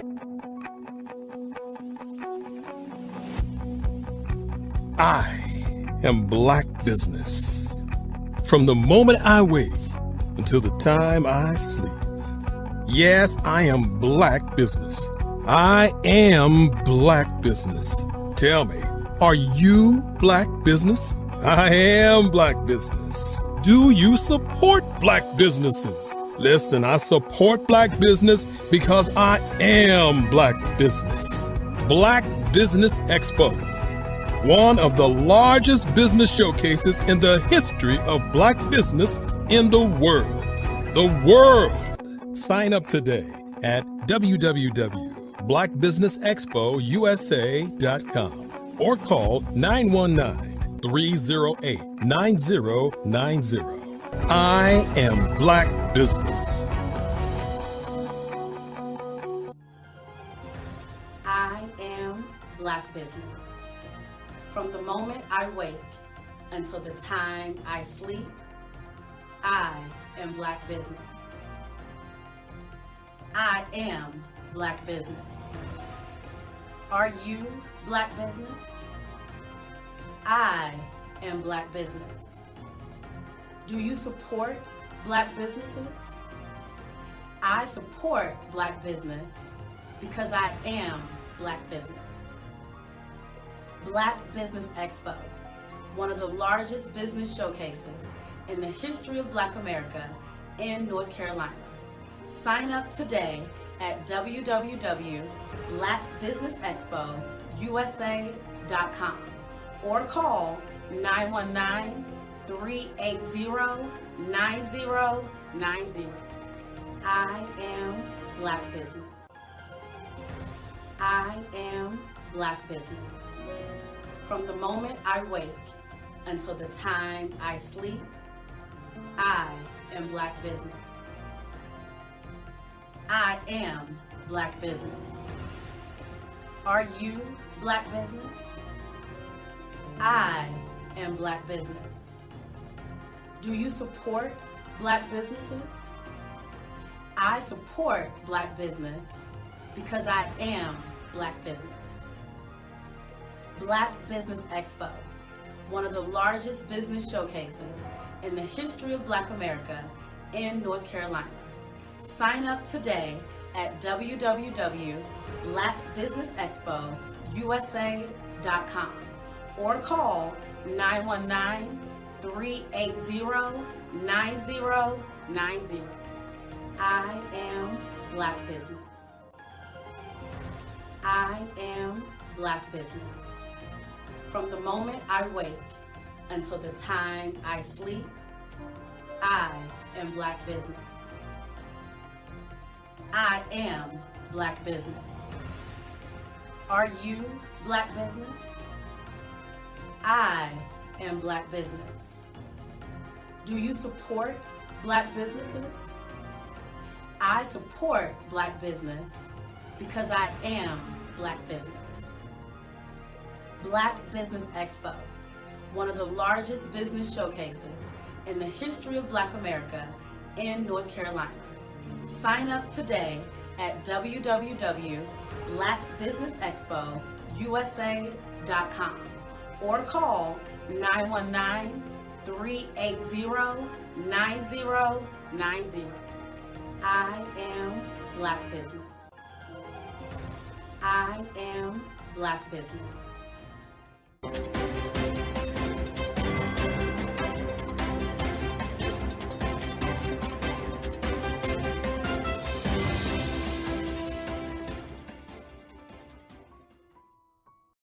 I am from Washington, D.C., but I was raised in Durham, North Carolina. I came to Durham when I was about 5 or 6, and then I traveled back and forth to D.C. because it's where my people are from. One of the unique things about my family is my mother, she's also an artist. She does quilting, and she does a lot of artistic things. And then my son, he draws with both hands, his right hand and his left hand, like I do. So that's kind of a family trait. And then my other son, he's a videographer, and my daughter, she works, she's a regional vice president for Sunglasses. When you start out drawing and sketching, you want to continue to explore, you know, each avenue. I do pastels, I do pen and ink, I do painting, I do acrylics. I haven't done oils yet, but I try to do all facets of art. What I say to a lot of times to people is, you know, you can't put yourself in a box when you're an artist. You have to explore. And over the course of my life, I've tried to explore different mediums. I also do sculpture as well.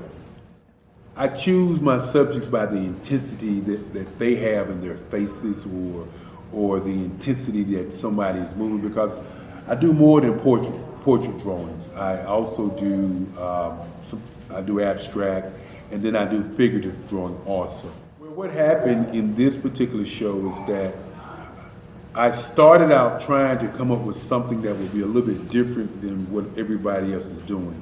So I was working on a Barack Obama show, and they wanted me to do some paintings of Barack. And so what I did was, because of the deadlines, I kind of did it kind of fast. And then I realized when I was doing it fast, I enjoyed it. And so then I started doing other pieces the same way, and I started to enjoy those pieces also.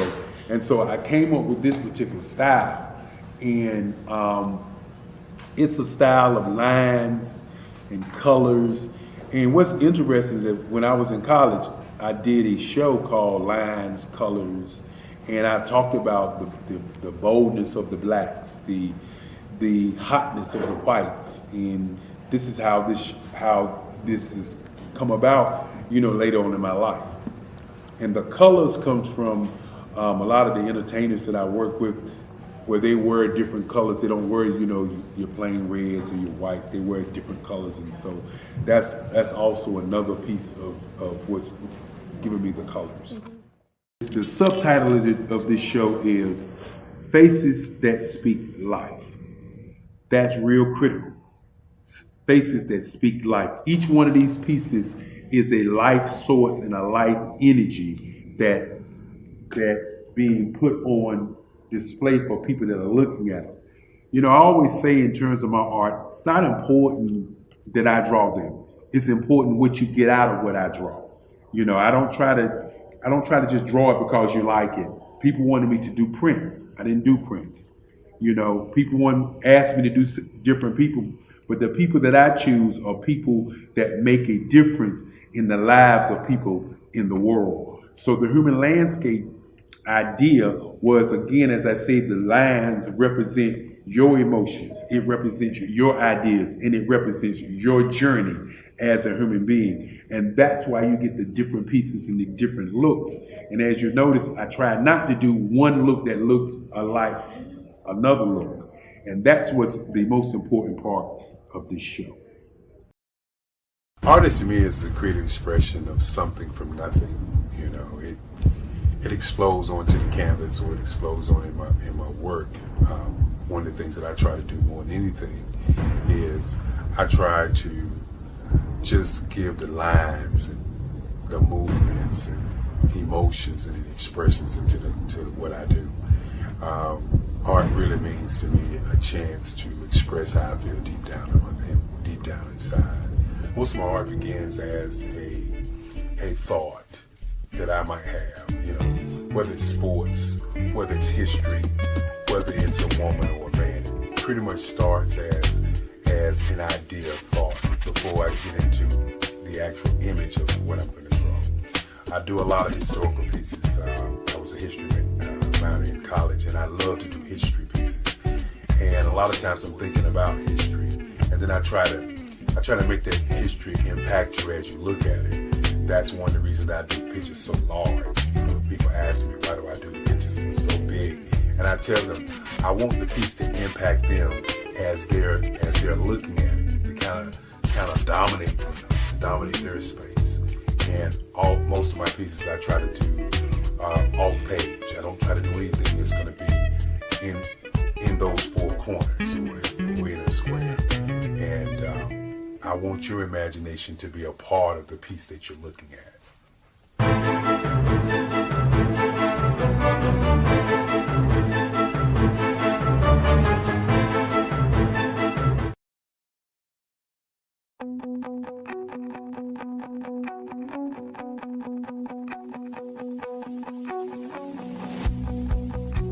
I am Black Business.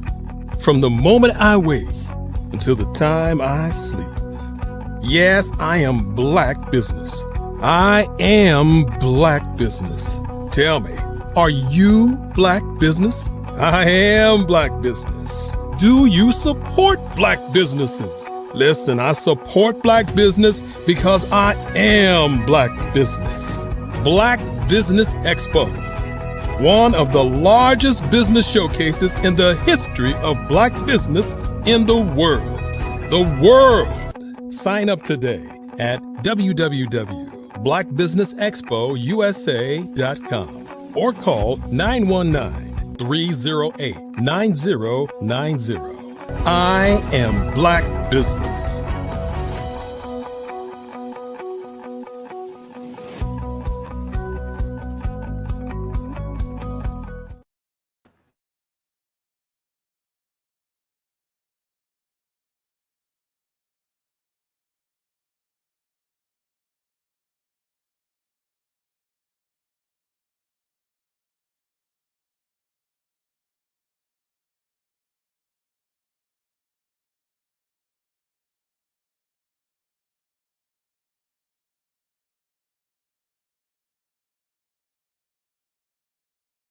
I was born in a little village on the island of Haiti. Many deadly diseases pounded me.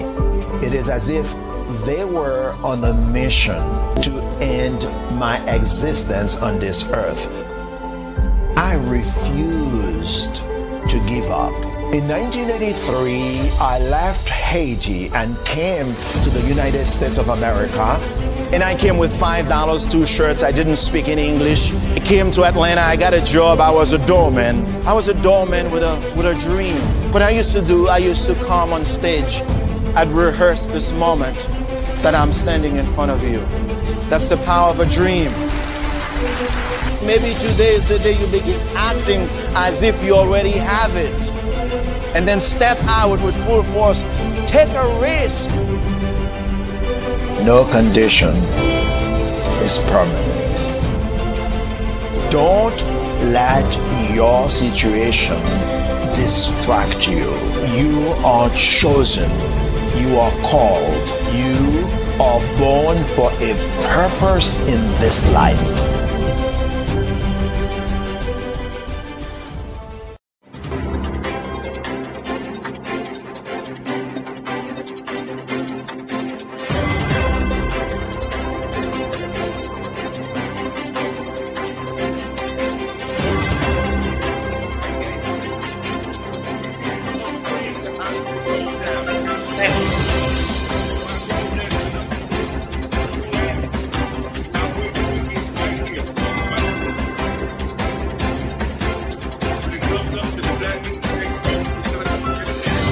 Okay, and I'm not muted, am I? No. Good evening, business owners, entrepreneurs, thought leaders, and corporations. Welcome to the Black Business Network. My name is Marak Hicks. I am your business moderator for this evening on the Black Business Network. The Black Business Network is a 24-hour business network showcasing Black businesses, business owners, entrepreneurs, and thought leaders worldwide. We have speakers from North Carolina, London, Singapore, Africa, Japan, and cities all over the United States. The Black Business Network is a global community sharing its business knowledge to empower, inspire, and educate businesses about business. Our next speaker is Ian McHale, joined by Grant McGaugh. Ian is a distinguished expert in the AI and healthcare technology. Ian has collaborated with industry giants like IBM, Oracle, and Amazon, and offers deep insights into AI applications in healthcare. He is a trusted market evaluator for top-tier consulting firms, venture capital groups, and Fortune 100 companies. Ian's notable achievements include leading clinical trials for COVID-19, AI screening technology, and innovative research in breast cancer screening and pain management using AI. He has developed cutting-edge applications like the world's first AI physician and medical blockchain technology. Serving on the board of advisors for telehealth company and as a fellow of the American College of Healthcare Trustees, Ian has successfully managed large-scale projects and budgets in the life sciences sector. Currently, he co-facilitates courses at MIT on robotics and digital transformation. I present to you, Ian McHale. Hi, Ian. Hi, Ms. Hicks. Thank you for having me. How are you doing today? Ian, you're on mute. Can you unmute? I'm not on mute. It's not on mute on my end. You can't hear me? Okay. I see you and you're good to go. And I'm gonna bring up Grant. Hey Grant, how's it going? I am fine. Thank you very, very much. We're going to listen to Mr. Ian McHale for about 20, 30 minutes. He's got an interesting talk track, and then we're going to have a one-on-one considering what he's bringing to the table. So thank you very much. Of course. Genius is coming. I'll see you on the other side. All right. Thank you, Ms. Hicks, and thank you, Grant. And so today I want to have a very interesting conversation about the future of Black business. But first, let me introduce myself. Once again, Ian McHale. I am the founder of Infinite 8 Industries. And in particular, clients come to us for high technology solutions and automation. And in addition to that, they really come to us for advice to see into the future. And so my journey in the field of artificial intelligence began in about 2014 or 2015 when I was working as a IBM global entrepreneur, essentially looking into the variations of emotion and how artificial intelligence could communicate and share a common meaning with humans through the universal communication of emotion. as a result of that, a decade later, we're down the road where we've created dozens of artificial intelligence. We've created dozens of different autonomous applications utilizing the same technology that we've come to know and to experience over the last decade. Now, the question is, with the fervor of artificial intelligence and all the hype that is behind this particular technology, where do we go with it, in particular, as a community of Black entrepreneurs? So that question, there's really only two pathways, right? And one pathway is to go the route of accepting other technologies that have been created by others and trying to build on top of that. And we've seen that rug be pulled from under the feet of other entrepreneurs that have gone on to platforms of large conglomerates, and then only to have those conglomerates steal their intellectual property or to do so in a legal way, right? Because you give up some of those rights when you go on their platform. The other route is to do what as Black entrepreneurs we do the best, which is ultimately to take our own ingenuity and our own creativity and our own flavor and our own style and our own rhythm and create our own algorithms and our own artificial intelligence. So we don't have to worry about things like bias, so we don't have to worry about underrepresentation, and we don't have to worry about not necessarily getting our cut. And so as a result, either we can accept other individuals' platforms or we can build our own. Our organization in 2014, while working with IBM's Watson, we decided that we weren't going to depend on Watson. And thank God we did not depend on IBM's Watson, especially in the healthcare realm, because eventually it was pawned and sold off. So if we built our whole ecosystem around what IBM wants to do today or tomorrow, right, then we really don't have any firm ground to stand on. And so as a result, we have to do what is hard oftentimes and is come together and truly build what we can build from scratch. Now, that is easier said than done in many aspects. What are some of the things that are stopping us from coming together and stopping us from being able to be at the forefront of some of these technologies, such as AI, and soon we'll talk about beyond AI, which is quantum computing. So some of those things that we face, not only in Africa, but also in the United States, in many parts of our many urban areas and communities and rural communities as well. So it's not just something that's localized in Africa, but really it's something that's very, very much broader that impacts not only minority or African descent communities, but also at the same time, it also impacts the entire world in many different aspects.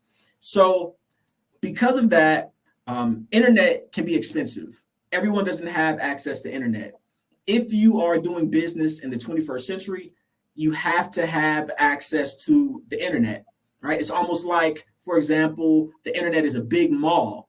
And if you don't have a storefront in that mall, no one is seeing essentially what it is that you have to offer. And you're not necessarily doing your best to essentially communicate and get your message out there. And so you have to utilize the internet. But what is the issue amongst minority or Black communities, amongst the African diaspora, excuse me.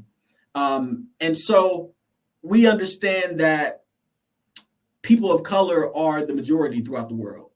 And all of these ideas are not on the internet because there's so many people that aren't connected. Let me give you a statistic really quick. In Africa alone, you only have about 25% of connectivity to internet, right? Or to broadband, okay? And so broadband is not for people. Wi-Fi is not for people. It's for machines, right? It's for infrastructure, okay? In Africa, you also have cellular connectivity, which is 60%, right? So that means that with cellular connectivity, you can still get data, but you can't get as much data as you would if you had Wi-Fi. Okay. In the United States, we have more Wi-Fi, but you still may hop off of a Wi-Fi connection and still be driving far out, and you're still able to talk on the phone. Maybe your video that you're playing isn't going to play as fast, etc. Okay, so those are the dynamics that we're dealing with. And if you think it's just in sub-Saharan Africa, there's communities in the United States that are primarily that consist of African Americans or Blacks, and these communities are delegated to low bandwidth internet. So that means when you're talking about creating artificial intelligence, you don't have the connectivity to create original artificial intelligence. And so as a result, how do we address this connectivity problem? How do we get more of our ideas that come from the Black or the African diaspora? How do we get more of those ideas online?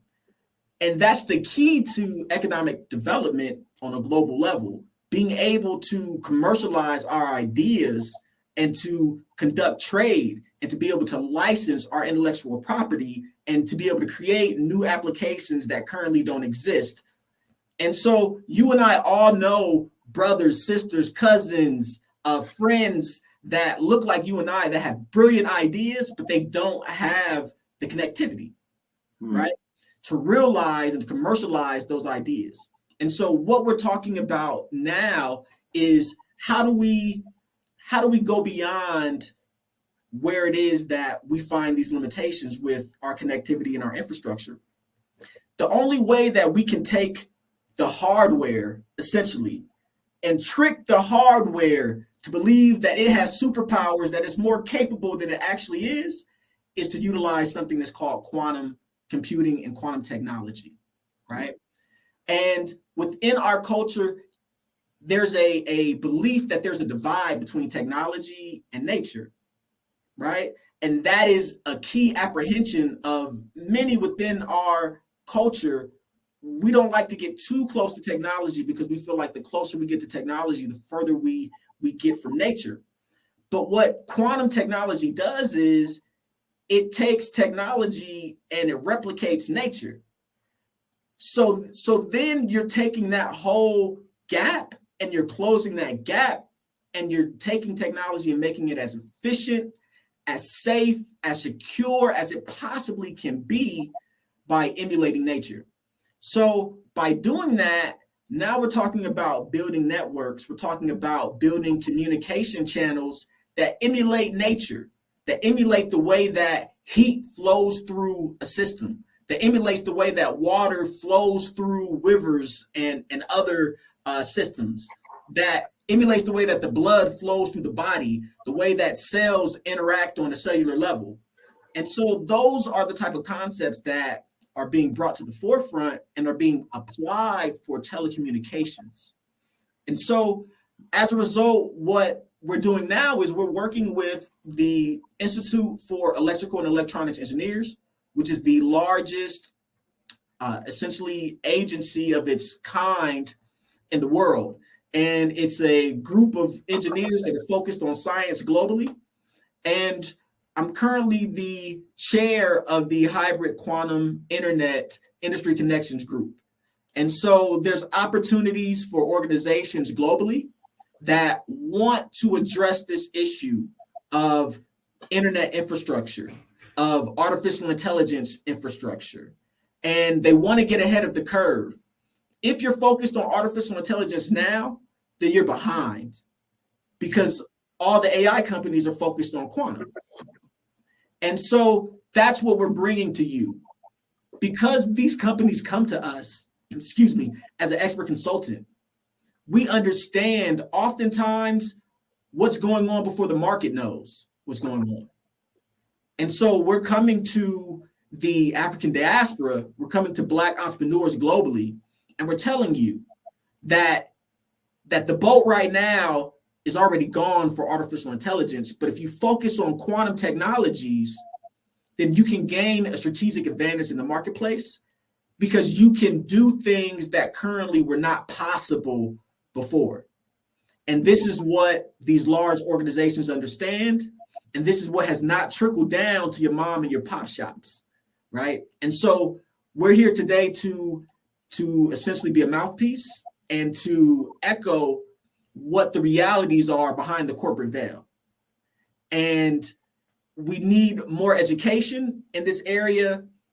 We definitely need more individuals that have these skill sets that can bring these skill sets back to Black communities globally and be able to help to create and to realize and commercialize the Black ideas that are there, that are valuable, that are worth more than the resources that we're pulling from the ground.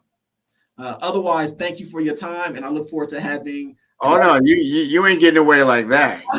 You ain't gonna light a fire like that. Talking about hey, and I remember this. I remember about it had to be about a year or so ago. We had talked before, and you were telling me about AI and things like that. You had infinite AI. We actually did a piece with you about a year ago, and then we got to talk. Like, hey, this generative AI is out there now.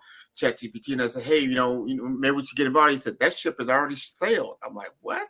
Yeah, that's old tech. I'm like, oh, okay. What's the new tech? So then he's telling me about quantum computing, and I still to this day, he's been talking to me about 6 months, and I'm like, what are you talking about? Now help us understand from a layman's term, from a user's term, to someone. They've been exposed to AI, and then, hey, very quick. You put in a prompt, you get very quick information back.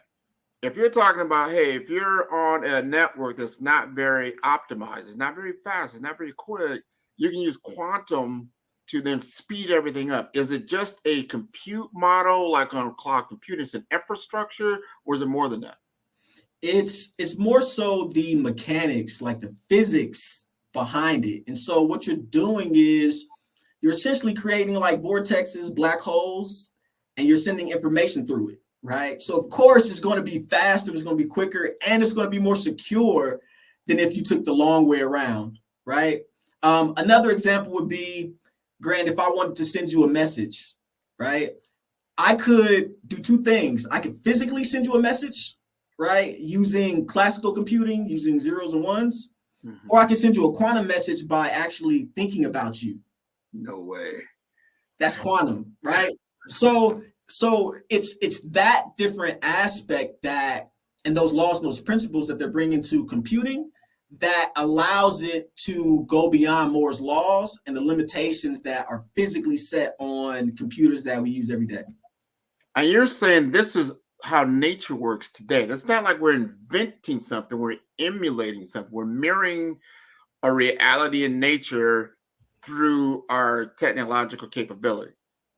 Absolutely. And so basically what you're doing is, instead of taking your zeros and ones and trying to create solutions to a problem and create an app, you're emulating atoms and the building blocks of life and the building blocks of the universe, and you're using those to create in more granular ways and more grandiose ways than you could ever create with just a 0 and a 1.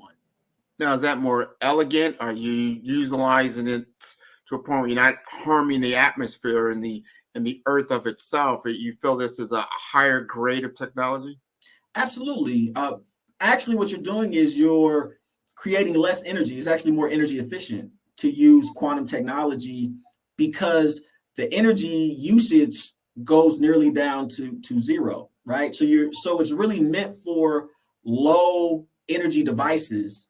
And as a result, it's more green because you're making any type of system. You could take quantum algorithms and you could optimize that system to run more efficiently. So if you have, for example, like a thermostat system in the home, and you took a quantum algorithm and you integrated into the software for that system, you can make it more optimized to where, for example, we've seen with data centers, quantum algorithms could reduce the output by 20%, right, as far as energy. So when you're talking about $100 million data center, right, and you're talking about having, hundreds of thousands of these data centers around the world, you're really talking about saving a lot of energy. And artificial intelligence is very energy intensive, very hungry. A lot of people got on Bitcoin and cryptocurrencies because of mining and that harm to the environment. But in reality, artificial intelligence is much more hungry. You have to train these artificial intelligence models for months, sometimes almost a year, just for them to be ready for production. And that means running on computers 24/7, almost 365. And ChatGPT itself was created in Iowa and had to be created in a place where they had winter that could chill down the servers. But the amount of water, for example, that was utilized to cool down those servers was astronomical. And it's something that does set off flags with environmentalists.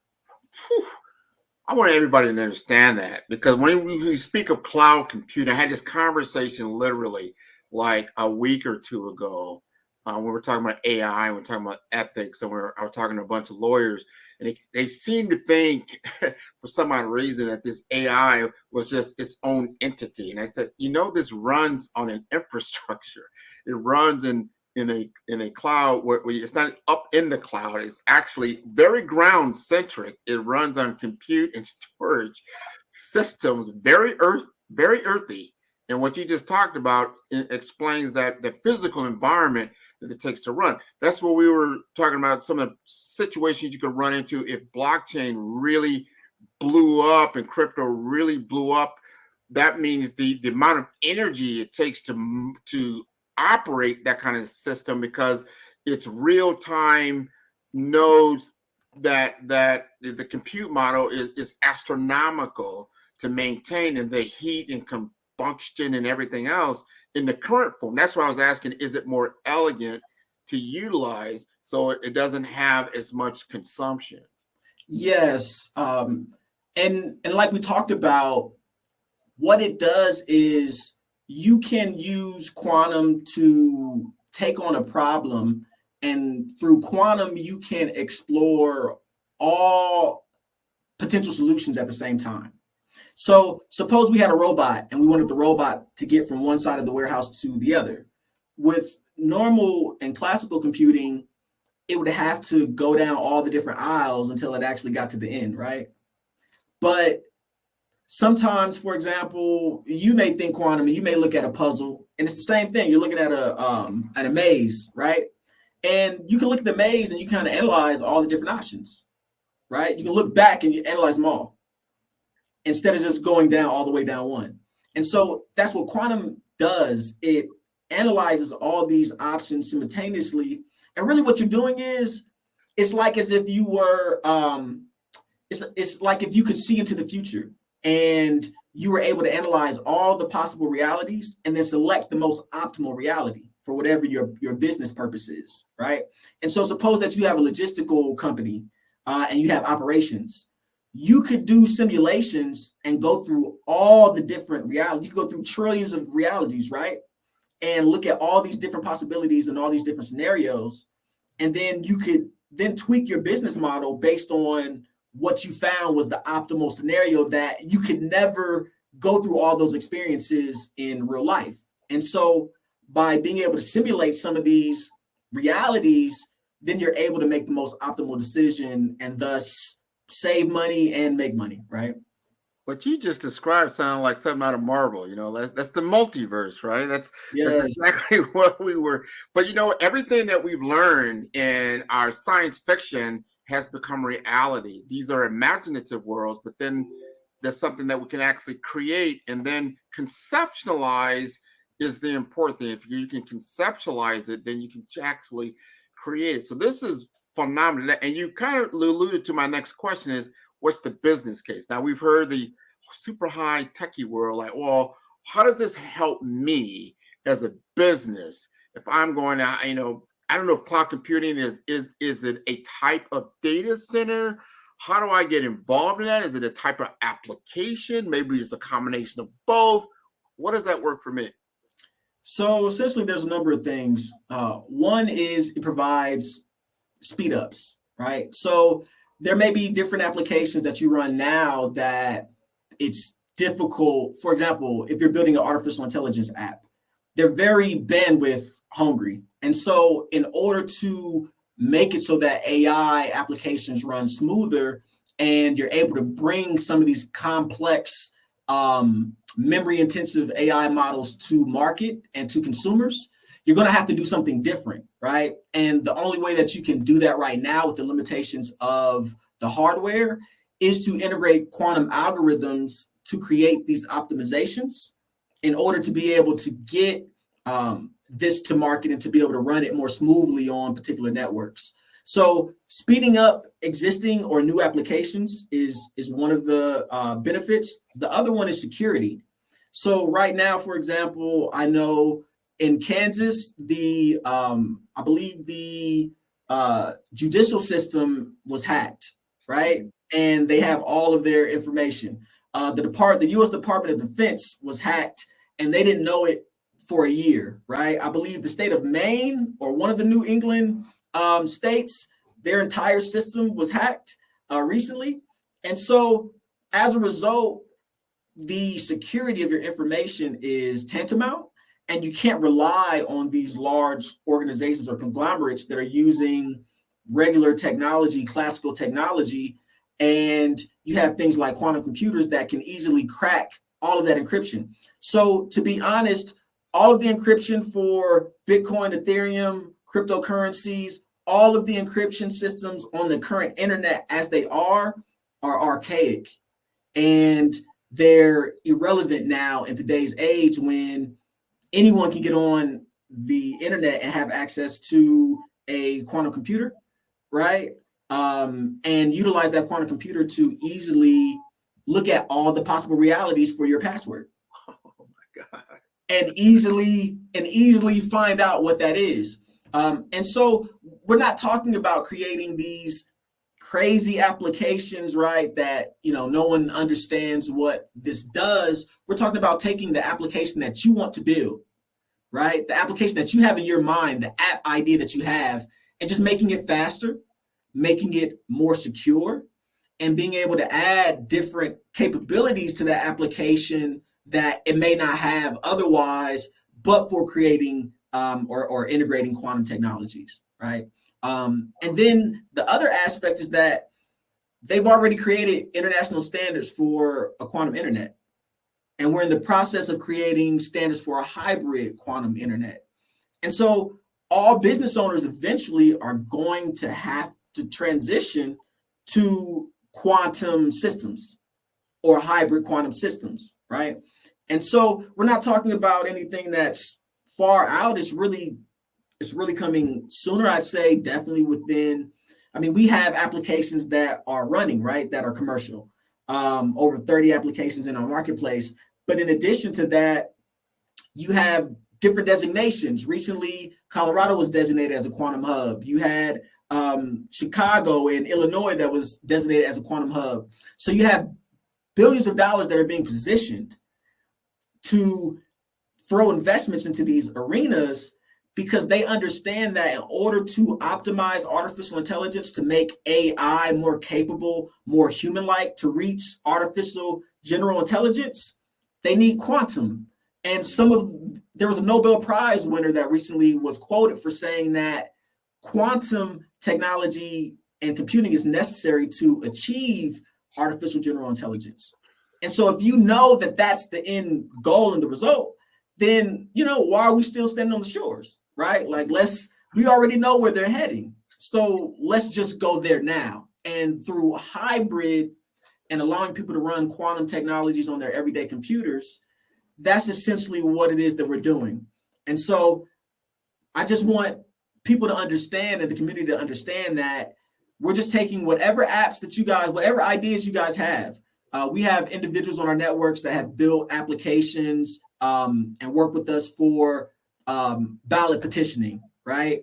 People have built art galleries utilizing Web3 technologies where we were able to make it more secure to speed up that particular technology and to host it.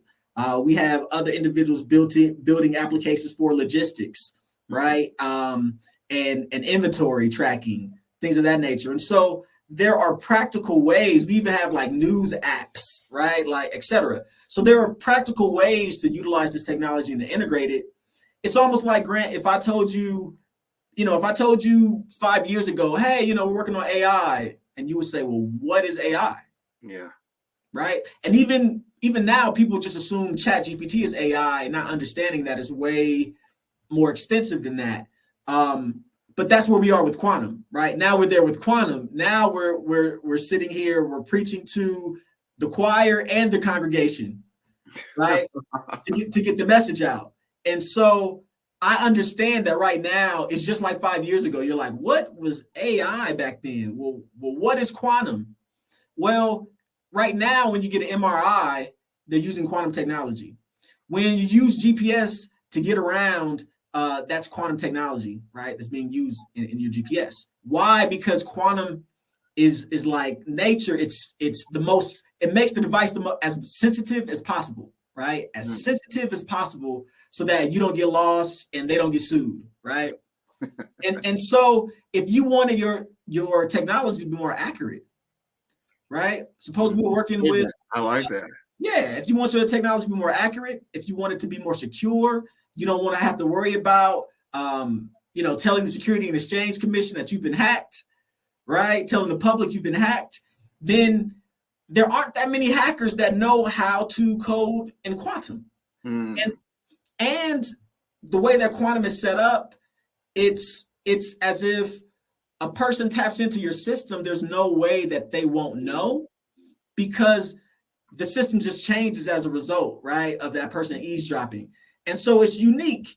And like I said, there's not a lot of education around this. I mean, before you go too deep into that rabbit hole, this is interesting, because if I look now, cloud computing models, you're really talking about big hyperscalers, your AWS, your Azure, your Googles.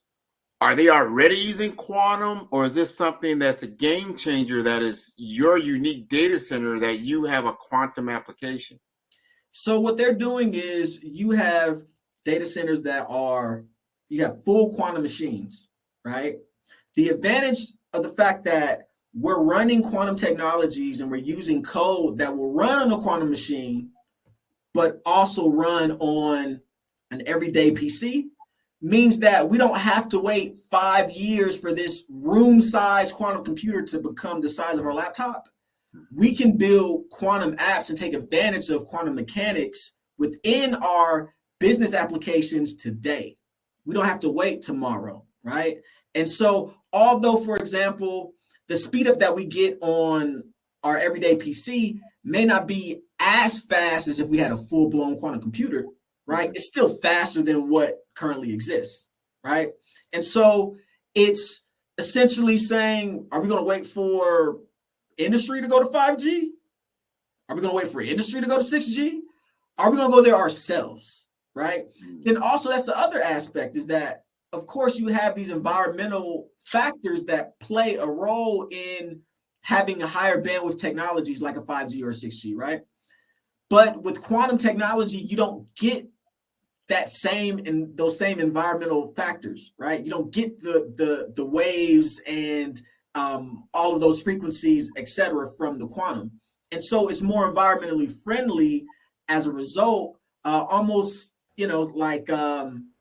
like utilizing pyramid energy or something like that. And so you're talking about just creating efficient systems and being able to bring that technology and that efficiency to business applications today and tomorrow. Excellent. Thank you. Hi, guys. How are you? Good. How are you, Ms. Hicks? I'm doing well. Thanks so much for asking. All right, Ian, thank you so much for sharing all the details that you've shared this evening. I really appreciated hearing everything that you've talked about with AI and quantum physics this evening. Where can people find you? So yes, thank you. So you can go to our site, www.infinite8industries.com/infinite, INFINET. And you can experience over 30 different business applications where we're currently utilizing and integrating hybrid quantum technology. And so you don't have to worry about, what does this look like? We have a bunch of different examples to give you ideas and templates that you could potentially use to build your next business application. Awesome. Fantastic. Well, thank you so much, you guys, for coming on this evening and sharing your thoughts and your expertise. Genius is common, and I'll see you both on the other side. All right. Thank you. Thanks, guys. The Black Business Expo's mission is to raise funds for high school seniors going to college or K-2 entrepreneurs. This expo is a fundraiser for students. You may go to www.blackbusinessexpo.usa to donate to the scholarship fund or use the Cash App that's showing up on the bottom of the screen. That's $BBXUSA. Our goal is to give laptops and up to $5,000 to 10 students. All interested students can register online at www.blackbusinessexpousa.com. Every dollar counts, so we want to remind you to donate to the scholarship fund. We also want to thank our sponsors for November of 2023. Our sponsors for this month are NC100, Moody Capital Partners, Suede Soul, Lotus Rocher Coaching and Training, The Hello LLC, BDM Media, Carolina Virginia Minority Supplier Development Council, Step Management, BHS and Associates, Marjorie McLean Foundation Incorporated, Genius is Common, Earth Essentials, Mullane Shania Global, Executive Women's Success Institute, The Quality Coaching Company, Superwoman Business Services, Creative Force Studios, Lee Entertainment, Artistic App Design, Black Business Expo USA, Genius is Common, and I will see you on the other side.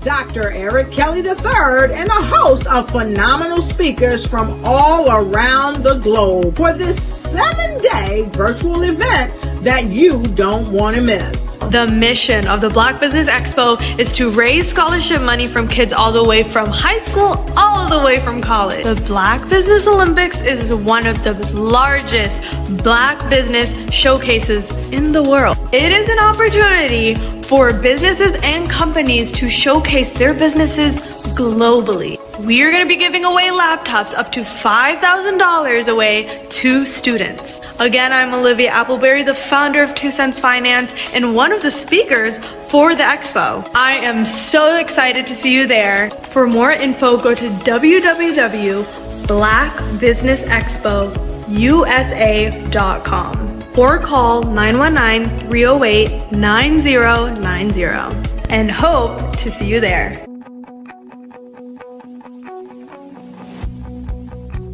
I am Black Business. From the moment I wake until the time I sleep. Yes, I am Black Business. I am Black Business. Tell me, are you Black Business? I am Black Business. Do you support Black businesses? Listen, I support Black business because I am Black Business. Black Business Expo, one of the largest business showcases in the history of Black business in the world. The world! Sign up today at www.blackbusinessexpousa.com or call 919-308-9090. I am Black Business. I am Black Business. From the moment I wake until the time I sleep, I am Black Business. I am Black Business. Are you Black Business? I am Black Business. Do you support Black businesses? I support Black business because I am Black business. Black Business Expo, one of the largest business showcases in the history of Black America in North Carolina. Sign up today at www.blackbusinessexpousa.com or call 919-380-9090. I am Black business. I am Black business. From the moment I wake until the time I sleep, I am Black business. I am Black business. Are you Black business? I am Black business. Do you support Black businesses? I support Black business because I am Black business. Black Business Expo, one of the largest business showcases in the history of Black America in North Carolina. Sign up today at www.blackbusinessexpousa.com or call 919-380-9090. I am Black business. I am Black business. From the moment I wake until the time I sleep, I am Black business. I am Black business. Are you Black business? I am Black business. Do you support Black businesses? I support Black business because I am Black business. Black Business Expo, one of the largest business showcases in the history of Black America in North Carolina. Sign up today at www.blackbusinessexpousa.com or call 919-380-9090. I am Black business. I am Black business. Hey everyone, it's Grant McGaw, CEO of 5-Star BDM and host of the award-winning Follow the Brand podcast and TV series, where I help you to build a 5-star brand that people will follow. My genius is personal brand development through intelligent communication and helping you achieve your business and career goals. I am a requested speaker on digital technology and brand development issues. I want to work with you to increase the value of your current opportunities while attracting new ones. Every one of you is unique, and we all share challenges that can be addressed through smart branding. As a super connector, I work with you as an executive coach to guide you along the complicated business and career development road, providing the enhancement tools and information you need to succeed. Together, I will help you succeed in today's challenging business climate. I will evaluate and measure your progress. Best of all, I am right alongside you every step of the way. Build the brand called you. Genius is coming. Sometimes you can hear the news from the Black perspective, and more specifically, Black publishers. And that's exactly why you have to download the Hey Tie app, the largest mobile app delivering breaking news, videos, and podcasts from 200 of your favorite Black publishers. Yes, 200 Black publishers delivering news as it happens, literally all in one app. Go to hayti.com or download the app in the Google Play Store or Apple App Store. It's completely free, along with information that you can trust, so go check them out. Cash flow, 5, 10, 10, 75. I use the cash flow app to keep track of my charities.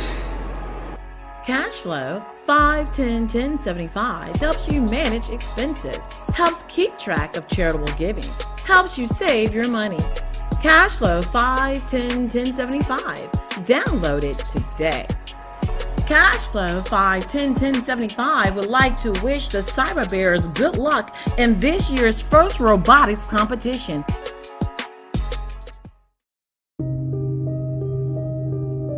The Black Business Expo is changing my life. This year, they are giving away laptops and even $5,000 in cash to students just like me.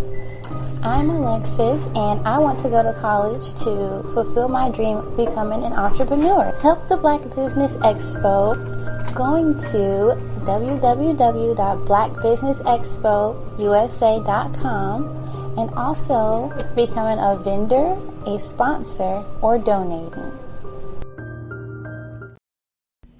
Why do I do what I do? You know, my life coach asked me that a few years ago. And she said, Tony, what's your why? And I told her, and she said, girl, you've already accomplished that. Perhaps you need a new why. Hi, Tony Harris, Amy Hoydu with Say It Said Marketing, one of your students. And just wanted to say thank you, Tony Harris, for spending so much time with me and giving me that boost in my business that I so drastically needed.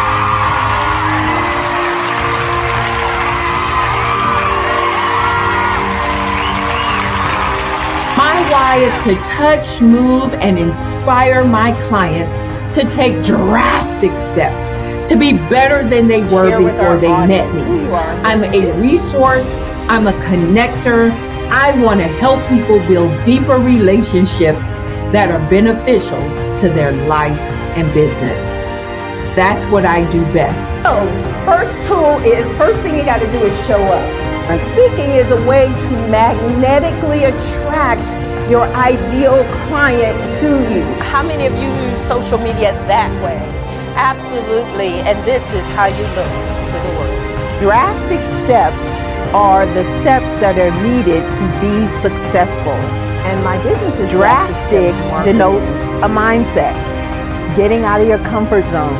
Doing something that you don't necessarily feel comfortable doing, want to do, but you know it's a necessary step to be successful in your business. I get the most satisfaction when I see my connections flourishing into relationships long after I am gone. Hi, my name is Jasmine Augustine with Media Jasmine, and I've joined several networking and referral groups in the area. And Network in Action Northeast Houston with Tony Harris Taylor is one of the best organizations that I've joined. I love that piece of what I do, and it is what fuels my fire.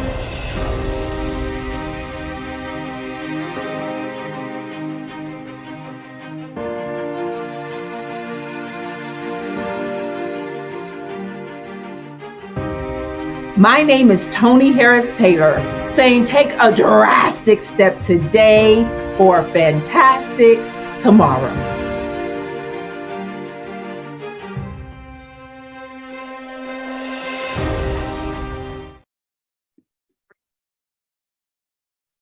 Hello, I'm Dr. Madeline Ann Lewis, President and CEO of the Executive Women's Success Institute. And my genius is helping women accelerate the path to success. You know, I was blessed to have strong women in my life who encouraged, motivated, and pushed me to do my best and to never even think about giving up on my dreams. So I say to women, we must show up to rise up. We have talents and potential, but who will see them if we don't speak up and get noticed? I know that women are a tremendous resource on this planet, and there is nothing more fulfilling than helping a woman tap into her full potential. I do this because I want to be a part of helping as many women as I can to show up, to rise up. I do this because genius is common. It's time for you to start bossing in social media. For all your social media needs, you've come to the right place at the right time to get your website designed, landing page, social media platforms, and get the training you need to get in front of the people that's ready to buy your products and services. Let me train you with StreamYard, Zoom, Clubhouse, and much more. And let me help you get your virtual professionals, not assistants, because assistants can only assist you, but the virtual professionals can give you that professional flavor that you need to expand your reach and increase your revenue. Jump on in and get in where you fit in and start bossing today.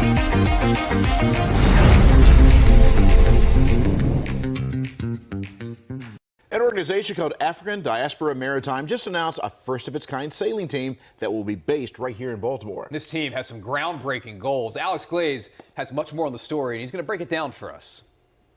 This is the chance for us to change the conversation in America, with Baltimore leading the way. As a member of the 1992 America's Cup winning team, Charles Cathcart knows what it takes to win. But his vision for ADM's sailing team goes far beyond what happens in the water. The goal, besides just the racing, is to reach out to the communities that need support, that need vision, that need a way to get people more involved in a wide variety of topics. The plan is for the Baltimore-based team to be easily accessible to young people and give them an opportunity to learn. ADM's program will not only teach the sport of sailing, but also the math, science, and engineering behind the new technologies of sailing. These skills are going to be needed to expand the knowledge of these young people in their futures, even if they choose not to continue with competitive sailing. ADM is hoping to introduce yachting to a new audience and show the world how sports and community can affect change. What we envision happening is that with this team acting just like a Jamaican bobsled team, people from around America are going to focus in on Maryland and see how we're doing things.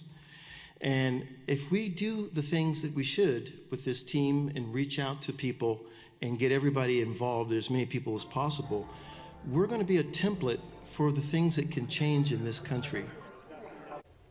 I absolutely love this. I mean, them teaching more than just the sailing, the science behind it, the endurance, a lot of things that have to come to fruition. A lot of math, and you would think that a sailor would be, you know, scrawny, small guy. No, they're saying that these guys are built like defensive backs for the Ravens. So these are bigger, in shape guys. They might do a little double dose there. They might sail during the week, play for the Ravens on Sundays. We'll see. How long a program is it? Do you know how long it takes for them to learn? I don't know how long it takes, but they were saying it costs a lot of money. I'm sure it does. Almost $100 million to put together a winning team.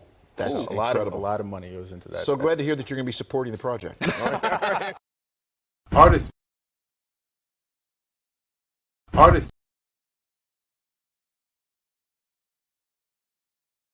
to me is a creative expression of something from nothing. You know, it explodes onto the canvas, or it explodes on in my work. One of the things that I try to do more than anything is I try to just give the lines and the movements and emotions and expressions into what I do. Art really means to me a chance to express how I feel deep down inside. Most of my art begins as a thought that I might have, you know, whether it's sports, whether it's history, whether it's a woman or a man. It pretty much starts as an idea of thought before I get into the actual image of what I'm going to draw. I do a lot of historical pieces. I was a history minor in college, and I love to do history pieces. And a lot of times I'm thinking about history, and then I try to make that history impact you as you look at it. That's one of the reasons I do pictures so large. People ask me, why do I do the pictures so big? And I tell them, I want the piece to impact them as they're looking at it. To kind of dominate them, to dominate their space. And most of my pieces I try to do off page. I don't try to do anything that's going to be in those four corners or in a square. And I want your imagination to be a part of the piece that you're looking at.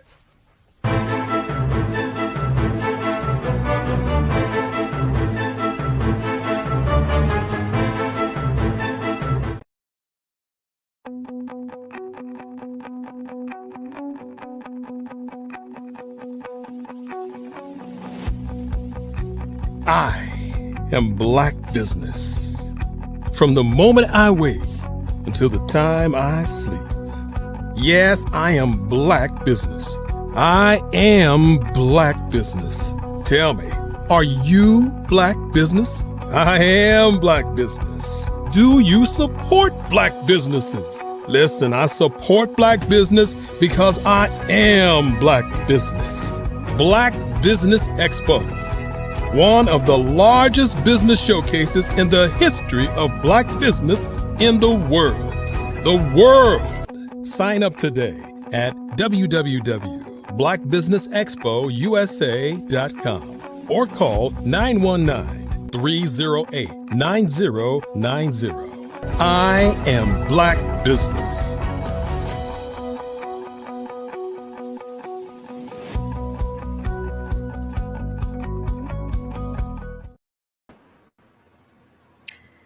Good evening, business owners, entrepreneurs, thought leaders, and corporations. Welcome to the Black Business Network. My name is Marak Hicks, and I'm your moderator for this evening on the Black Business Network. The Black Business Network is a 24-hour business network showcasing Black businesses, business owners, entrepreneurs, and thought leaders worldwide. We have speakers from North Carolina, London, Singapore, Africa, Japan, and cities all over the United States.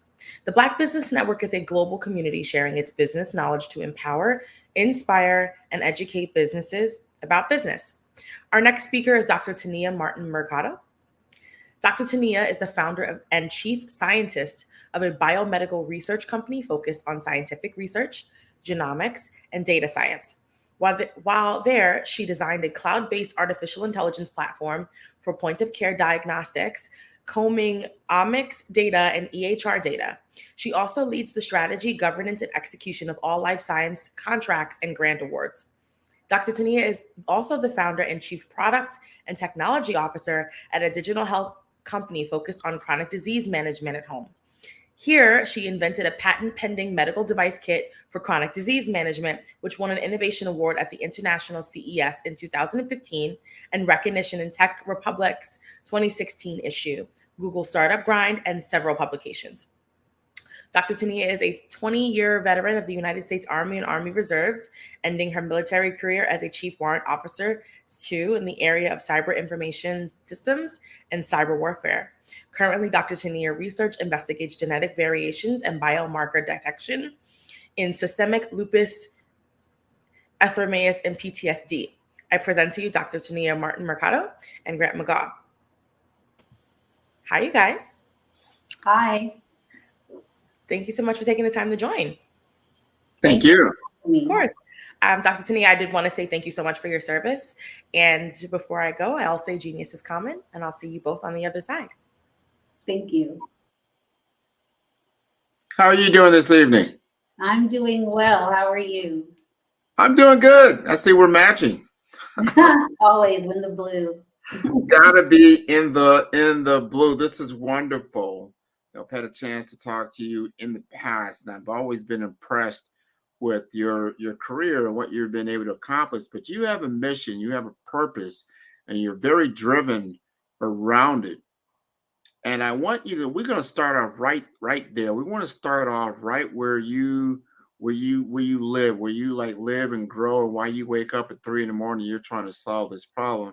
And it's around genomics and the diversity of genomics and where we sit as a culture when it comes to different medical panels and disease diagnosis and different medicines that are created and how these things are created from a clinical perspective, chronic disease management, all these things you do in your biomedical research. Help the audience understand the current state of biomedical research. That is a broad question. The current state of biomedical research as it relates to marginalized communities, underrepresented communities, minority communities, is that we are largely absent. With the onset of precision medicine, new therapeutics that are targeting certain biomarkers or certain disease states, it's important to remember that these are largely based on a very European ancestry amount of data. 96% as of, I want to say 2018, don't quote me on that. So when we are talking about precision medicine, and we as an ethnically diverse culture, as minorities, we are not a part of that equation. And so then how diverse is it? How precise is it? And how does it impact us if we're not doing those studies? The same thing when it comes to women. I think I've told you this before, Grant. It wasn't until 1993 that it was legislatively mandated that women and minorities be included in research.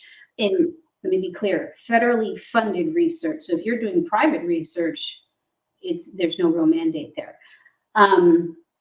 So again, when we're talking about biomedical research and we're talking about the onset of precision medicine, of precision public health, of targeting certain biomarkers, targeting our genes to have an impact on how disease is treated, how it progresses, how it impacts us, that information and the tools used to generate that information is antiquated, and we are not involved in it. Broad question. I asked a broad question. You gave me a very specific answer, and that sounds like, wow. But those are realities, right? You know, Yes. like you're not a part. It's like you're just left out in the cold with something that's very, very important. That's your health. We all saw how we came up with a very, very quickly a COVID vaccine that seems to have worked for a number of people, probably utilizing some kind of artificial intelligence to get to a speed to market type of thing. I know you've developed a lot of these things in your own right. You have a patent, I think, in 2015. Help us understand, like, where do we go from here? I mean, now we know the understanding, yeah, we're not in these trials. Where do we go, and what are you doing about it? I think where we go is being intentionally involved and being accountable for that inclusivity. On the one hand, it's very easy to say that there's a lack of diversity in clinical research in healthcare.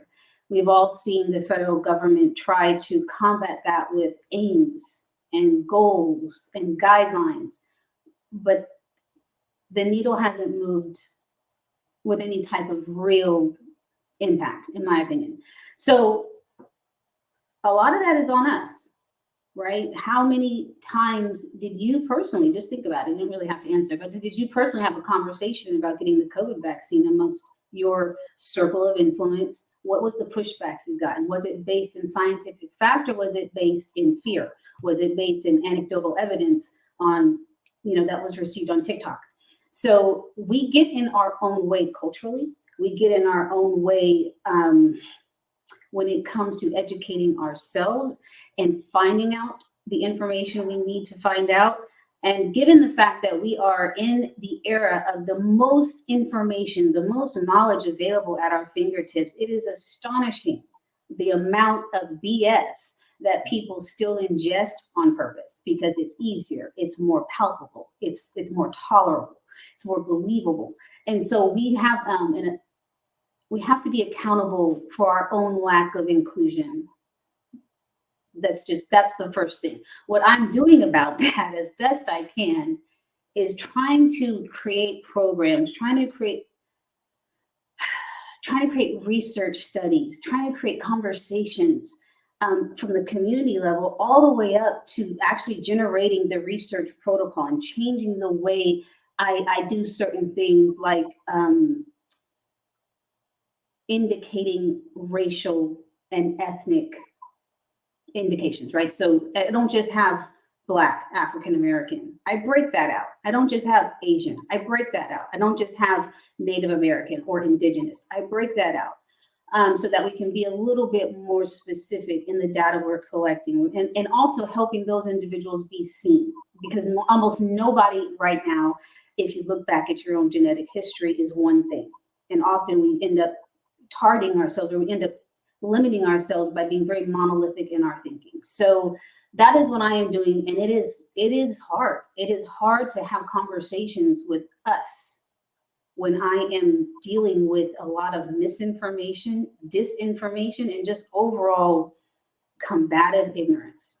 Wow. No, that's a real fact. Some of that is just historical because of the experience that we have had over time in the healthcare system. And unfortunately, it's bad history. And it's hard to just correct that all of a sudden, like, hey, I know I've messed up in the past, but I'm actually telling you the truth now. Like, well, you've lied to me for 300 years. Now all of a sudden you're telling the truth. So some of that is just a accumulation of bad information over time that then spills out on an application that we call social media. So you really see the effect of that bad misinformation, deliberate misinformation, or unacceptance over time. Now, how do you correct that? How do you correct, 300 years of oppression and, and just in 50, just say, call it 50 years just from civil rights. It doesn't happen that quickly. And to be honest, it's still happening today. Yeah. It's still happening today. And I think it's important to note that it's not a matter of ignoring the past. Or pretending like it didn't happen, or glossing it over and saying it's no big deal because it's now. We're not looking in our rearview mirrors and expecting to go forward. What it is acknowledging that and learning from it, and again, doing better based on that information. And sometimes that's hard, but it shouldn't happen when you're so sick, or when something happens to you or a family member that now you're forced. That's a lot of what I see. Most people don't get interested in research until they get diagnosed with something that is debilitating, has a high death rate, and they're looking for experimental therapies. They're looking for experimental drugs that may not be approved yet, but they're going through a trial. That's when they start getting interested in research, and that's when they start asking the right questions. But imagine if we just did that earlier. Imagine if we chose to have a primary care provider instead of waiting until we need to go to the ER. What if we focus more on preventive care? What if we, again, this is a hard nut to crack, but what if we started encouraging and educating our youth to take up the mantle of healthcare and clinical research career paths? And in that umbrella, you have every possible combination. You have technology, you have data science, you have biology, you have chemistry, you have physics. I think I've told you before, look at what NASA is doing in the healthcare space as we start to look at how our biology changes outside off Earth, right? And so there's so many areas where we have opportunities to be present, but we have to be intentional, we have to focus, we have to, yes, acknowledge what's happened in the past, but move forward with that knowledge of doing better and stop using that as a crutch. No, it can't be an excuse. It needs to be, it's just like any healing process over time. You have to talk to the pain. You acknowledge, it's pain, but then how do we heal it and how do we move it forward so it doesn't happen again? We don't want that, but we have to heal. We saw through COVID that we were disproportionately affected by it because of our health state, our current health state. Over time, perhaps our eating habits, our lifestyle, things of that nature, all of a sudden, we have an obesity problem, we have a high sugar intake, we got a high fat diet, we got all this stuff. So then when something like this happens in nature, man-made or not, comes out, we are more susceptible to it. That's a problem. Now you have a lab. Tell us more about that. What is that lab all about? I'm working on getting a lab. Right now, we outsource a lot of the storage of biological samples and the production level sequencing to academic research institutions and their genomic laboratories. And then I'll get the data set back from that. What I want to do going forward is have my own lab so that I can do all the genomic sequencing in-house, keep that profit, instead of shaving that off because I've had to subcontract. And then I can, it's a little easier to, that representation matters, right? So if I'm working with HBCUs and they're a clinical site and they're working with my company to gather that trust, to gain information, to have people come and be involved in clinical research. I'm from New Orleans, so I'm a little partial to that southern New Orleans, that Louisiana region. So we're partnered with, for example, Xavier University, Dillard, Southern. There's those universities have a presence and a trust in those communities that if I can work with them, I'm not only getting the interest of their students as interns to participate in my research, but I'm also impacting that community at a very real, tangible level to say, if you're suffering from COPD with a little peppering of diabetes, come and join this study. Come and give me a DNA sample. Let me give you a genetic test to see how can we help? How can we help prevent this from becoming further exacerbating the chronic conditions that you may be dealing with? And also, here's some education. You know, here's what this is, how this impacts you. What is a genetic test? What does your insurance cover? You don't have to wait until something out of the ordinary happens. I think most people are familiar with getting a genetic test. When it's breast cancer, it's the BRCA 1 and 2 for breast cancer. For if you're pregnant over 40, you get a genetic test to test to make sure that your fetus is healthy. So some of those are more common if you've been in the situation, but there's a wealth of biomarker tests. There's a wealth of opportunity just to find out more, right? And then that's when you start getting into preventive care. This is interesting. You know, I took one of those, I think it was a 23andMe test, right? Yes. Genetic makeup, and you find out some things. You know, I said, I found out like I'm 18% Caucasian. I said, wow. I said, so now I told my coworkers, you know, I identify as white on Wednesdays, just so you know. I love that. But it is interesting to really know what your makeup is from different areas, and then knowing some of those predisposed could be diseases or situations or things over time that you weren't aware of. You didn't know. Right. You know, you didn't know. So because you didn't know, and to your point, if you find out early, don't wait till you have a deal of, you know, a disease that you can't take back. That's the thing. You find out no matter how much money you have or don't have, once you have a disease, you can't take it back. Right. No one can buy it from you. You can't will it to someone else. You know, it's yours. And it's not worried about whether or not you're Black or white. It's not worried about your socioeconomic status. It's truly worried about you and your body, your genetic makeup, and whatever that might be, and how it impacts you on an individual level. So this is one of those situations where knowledge is power. Go get it, right? Or at least find out. There's just so much free information out there. I struggle with the excuses. I really do. I'm not saying they're not important and they're not difficult. But it is heartbreaking to see the number of minorities that are passing away or becoming debilitated from preventable conditions simply because they're stubborn. Let's just put it out there, because they're stubborn. Mm-hmm. Yeah, I just being a Black male, I hear it all the time. I don't need to say, doctor, just put some dirt on it, right? Just put some dirt on it, you'll be all right, right?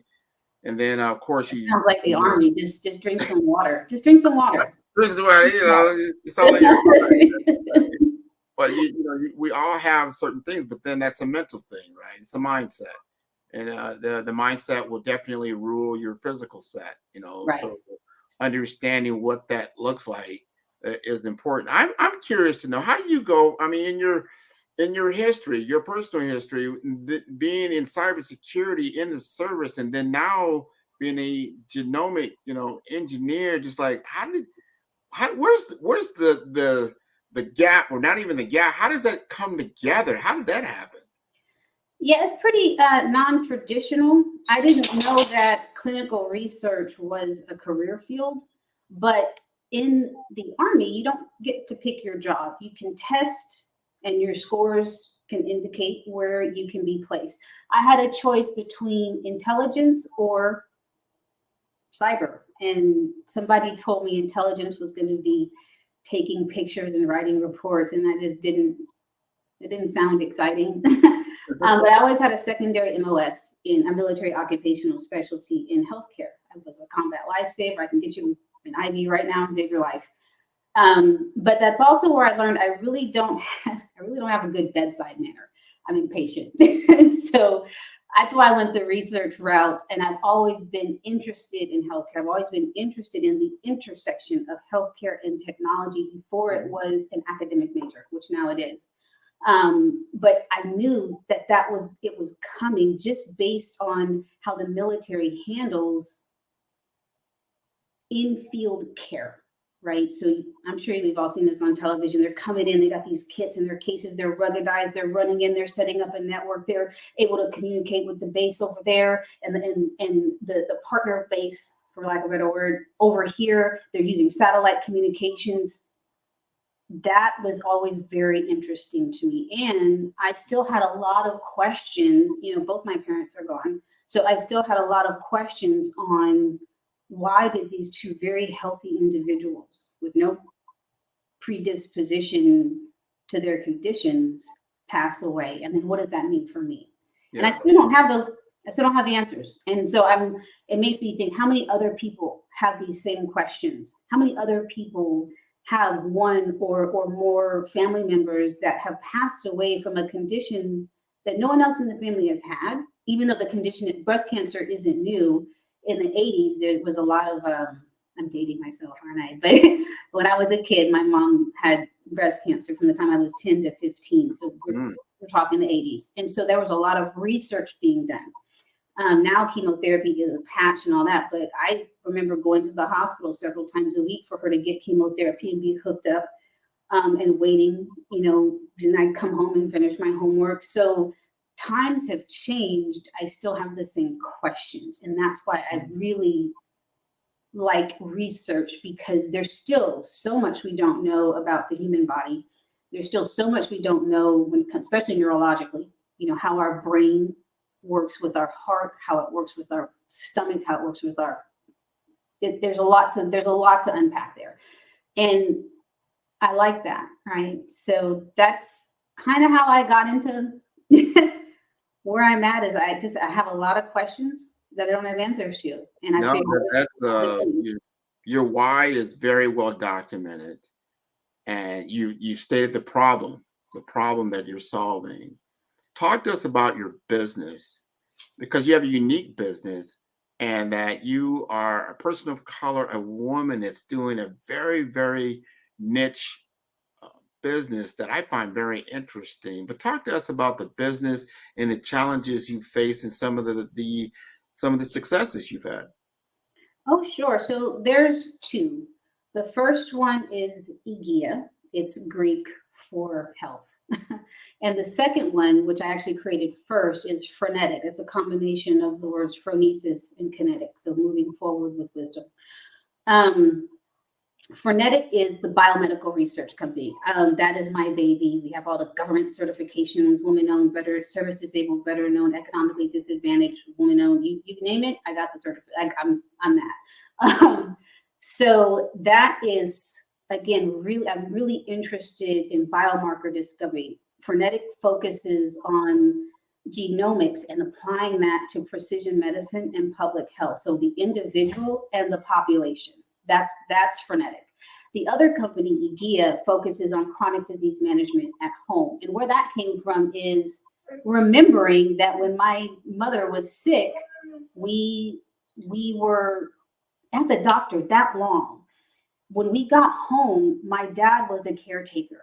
I was a caretaker. And so the management of her cancer didn't occur in the hospital. It was at home, and there was so much information we didn't have at our fingertips. And I just thought, it's now 2023, and I have not seen that solved, especially when you get into comorbidities, especially when we get to the aging population who is now demanding in many areas to age in place. How do you do that? How do you do that with good access to care? And so that's what IGEA focuses on, and that's the medical kit that really targets that chronic disease management tailored to that individual. So it's a prescribed kit. The two companies are not the same. I created IGEA to be sold. I created Frenetic to keep. So they're not really the same. The successes have been, interesting enough, very recently, we deepened our partnership on, particularly with Frenetic. We deepened our partnership with Microsoft. So we use genomics on Azure. We use Epic on Azure. We leverage a lot of the HIPAA and high trust capabilities that for the artificial intelligence platform we have, that is on Azure. And I am a little spoiled because, again, there's a reason why the Department of Defense uses Microsoft. I'm not guessing. That was my job. So it just was a really nice transition using that. So deepening that partnership with Microsoft, and then deepening our university partnerships at a level where we are creating internship programs to try to get more people from diverse backgrounds interested in healthcare and research and what that looks like. And it's okay to have a non-traditional career path. It's perfectly fine. The other thing is a couple of NASA patents for Frenetic. You may not think that NASA and biomedical research and the human genome go together, but again, it does. I won't go too much into it, but that was, I had to write a proposal. I had to put it together how we're going to use this technology intended for space in genomics, right? And so I'll just leave it there. But that was a big win. And then for IGEA, the same thing. A little bit, we have a couple NASA patents for IGEA, and it has to do with one of their robots and how that can be integrated with my software for chronic disease management at home to help. If you have arthritis, let me help you put the blood pressure cuff on. Let me help you open your medication bottle. And also, there's so much you can do with robotics. Although, again, you got to be comfortable with technology. It is a little gnarly looking, I'll be honest with you. But it's an opportunity to say, how can we improve access to care in a very practical way for both companies? That's always my focus, is reducing health inequities and improving representation in both of these areas. And again, bridging those gaps in care. And I mean quality care. I don't mean the bare minimum. And oftentimes we still face, due to some of the tools that exist today in healthcare, ethnic minorities still face a lot of negative outcomes when they see the doctor. And on the research side of it, they want the data from us. And then those communities where that data is gathered never see the fruit of that contribution. The drug isn't covered by public insurance, for example, or they never know when the drug is released, or when the study is over, they're dropped from care. Trying to bridge that gap as well. So I know it was a long answer. No. It's a very, very, very good answer. Number one, there's not a lot of people doing what you are doing. And the fact that you are here on the Black Business Network talking about your business, and you're probably the only one that's been on the Black Business Network talking about this kind of business that you're doing. And because it's not well known, but I think there's probably others, and we definitely want to tap into your ethos around that, because the more we get the information out there, the more awareness that we have, we can actually start moving this needle and getting help that you need. If you need more grants, you need things to be done, because We're not going to solve the problem by just wishing about it or just having one person out there fighting this fight. And I love the way you stated the story around your own parents. And you say, hey, I lived through this. And I know I want better answers. Not to say we all have to go from this earth, but you want to get some reasons why. You want to get a better understanding. And if you can mitigate some of these situations, then that is definitely well worth our time and our money and our dollars and our information. So this is great.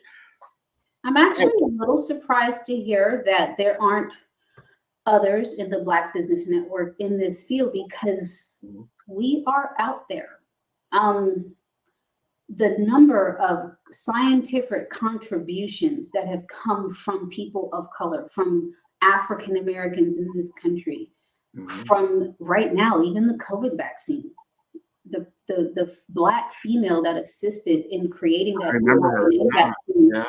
She should be like announced, right? So we're out here, and I guess I know that because I'm in it.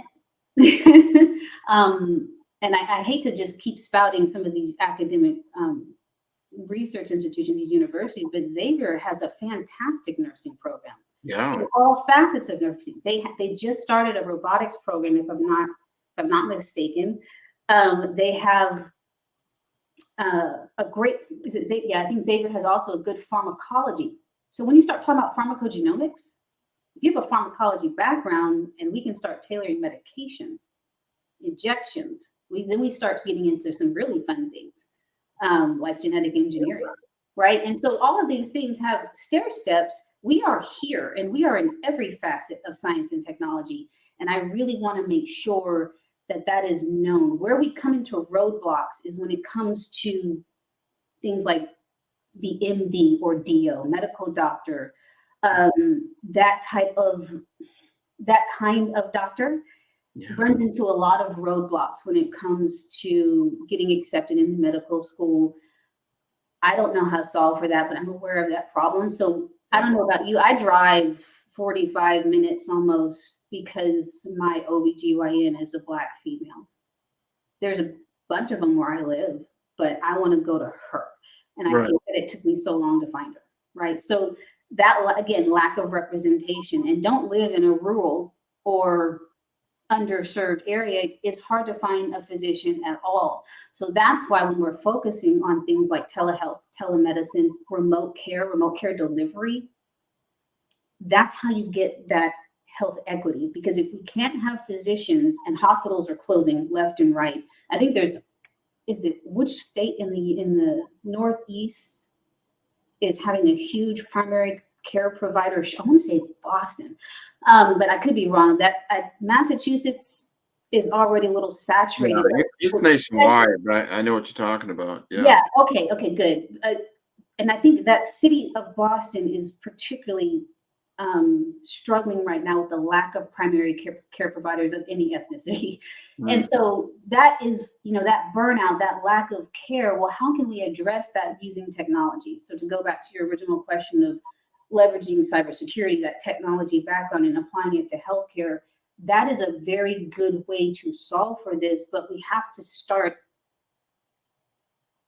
accepting that we want to be a part of the solution as a culture, as a minority society. Well, what I heard you say is two things that we can leverage, that we need to do. And that is, first of all, getting professionals like yourself more visibility.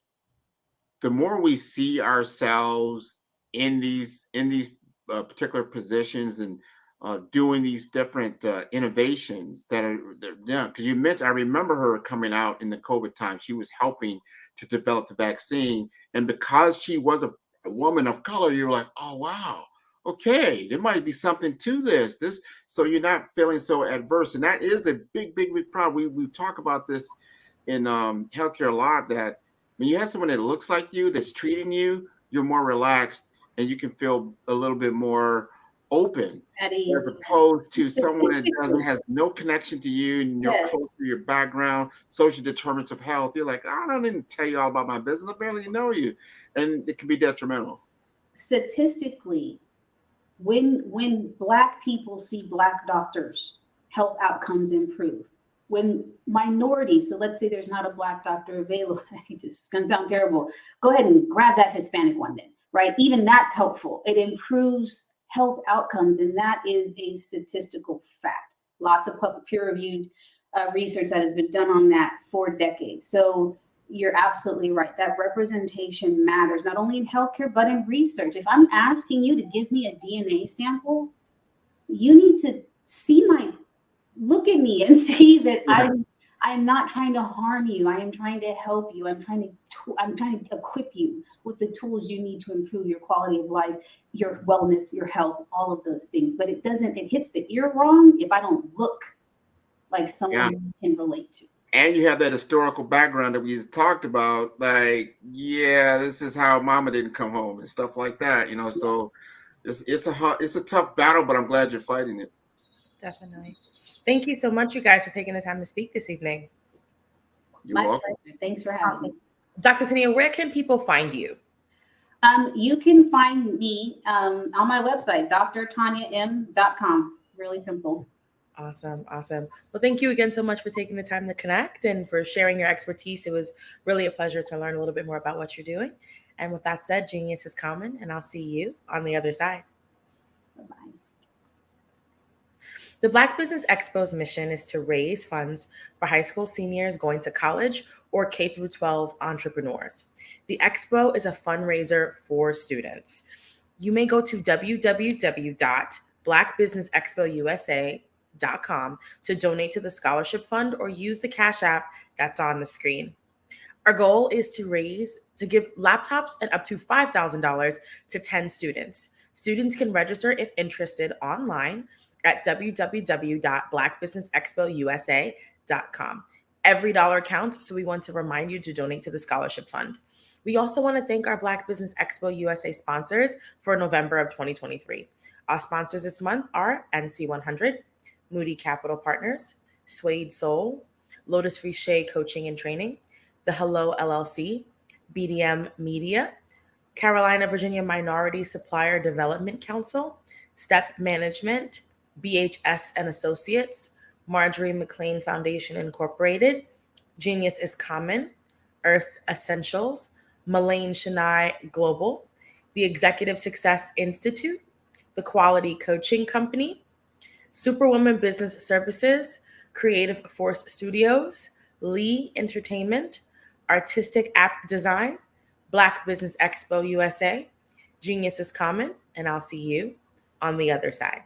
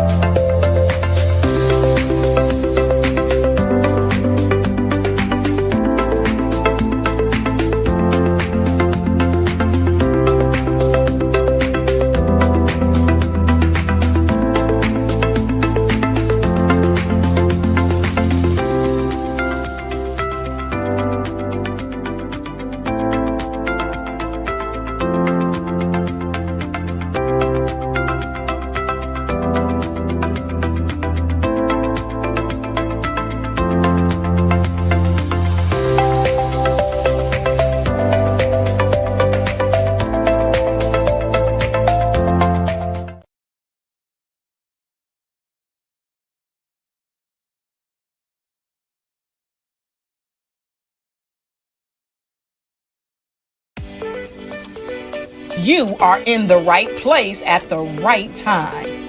The Black Business Network opens again for its Black Business Olympics, a 24/7 broadcast on business, strategies, global branding, social media marketing, finance, advertisement, and much, much more. Featuring the top, most powerful entrepreneurs and speakers and thought leaders from all around the world as they gather together for this phenomenal event. Join the... Hello, I am Dr. Eric Kelly III, the visionary strategist and founder of the Black Business Olympics. I invite you to showcase your Black-owned businesses on the Black Business Network global stage. The Black Business Olympics is a global Black Business Network platform that propels Black-owned businesses into the international spotlight. By showcasing your business on the Black Business Olympics platform, you can reach a worldwide audience of potential customers, partners, and investors. You can also establish yourself as a thought leader and expert in your field, attract lucrative partnerships, and more speaking engagements. In addition, the Black Business Olympics platform provides a valuable opportunity to connect and collaborate with like-minded entrepreneurs and business professionals from around the world. This can lead to new business opportunities, ideas, and relationships. Finally, by sharing your story and expertise on the Black Business Olympics platform, you can inspire and empower others. This is a powerful way to make a positive impact on the world and leave a lasting legacy. If you are a Black-owned business owner, I encourage you to seize the opportunity to showcase your business on the Black Business Olympics platform. It is a once-in-a-lifetime opportunity to make an indelible mark on the world. Be one of the 1,000 visionary entrepreneurs who are changing students' lives, shaping industries, and leaving an unforgettable legacy for their families. Unleash your voice on our global stage and watch your business thrive. Black Business Olympics is one of the largest Black business showcases in the history of Black business in the world. Yes, the entire world. Just give me a call today at 919-308-9090.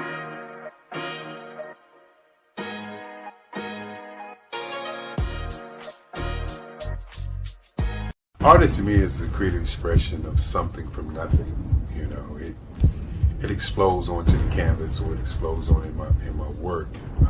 One of the things that I try to do more than anything is I try to just give the lines and the movements and emotions and expressions into what I do. Art really means to me a chance to express how I feel deep down inside. Most of my art begins as a thought that I might have, you know, whether it's sports, whether it's history, whether it's a woman or a man. It pretty much starts as an idea of thought before I get into the actual image of what I'm going to draw. I do a lot of historical pieces. I was a history minor in college, and I love to do history pieces. And a lot of times I'm thinking about history, and then I try to make that history impact you as you look at it. That's one of the reasons I do pictures so large. People ask me, why do I do pictures so big? And I tell them, I want the piece to impact them as they're looking at it, to kind of dominate them, dominate their space. And most of my pieces I try to do off page. I don't try to do anything that's going to be in those four corners or in a square. And I want your imagination to be a part of the piece that you're looking at.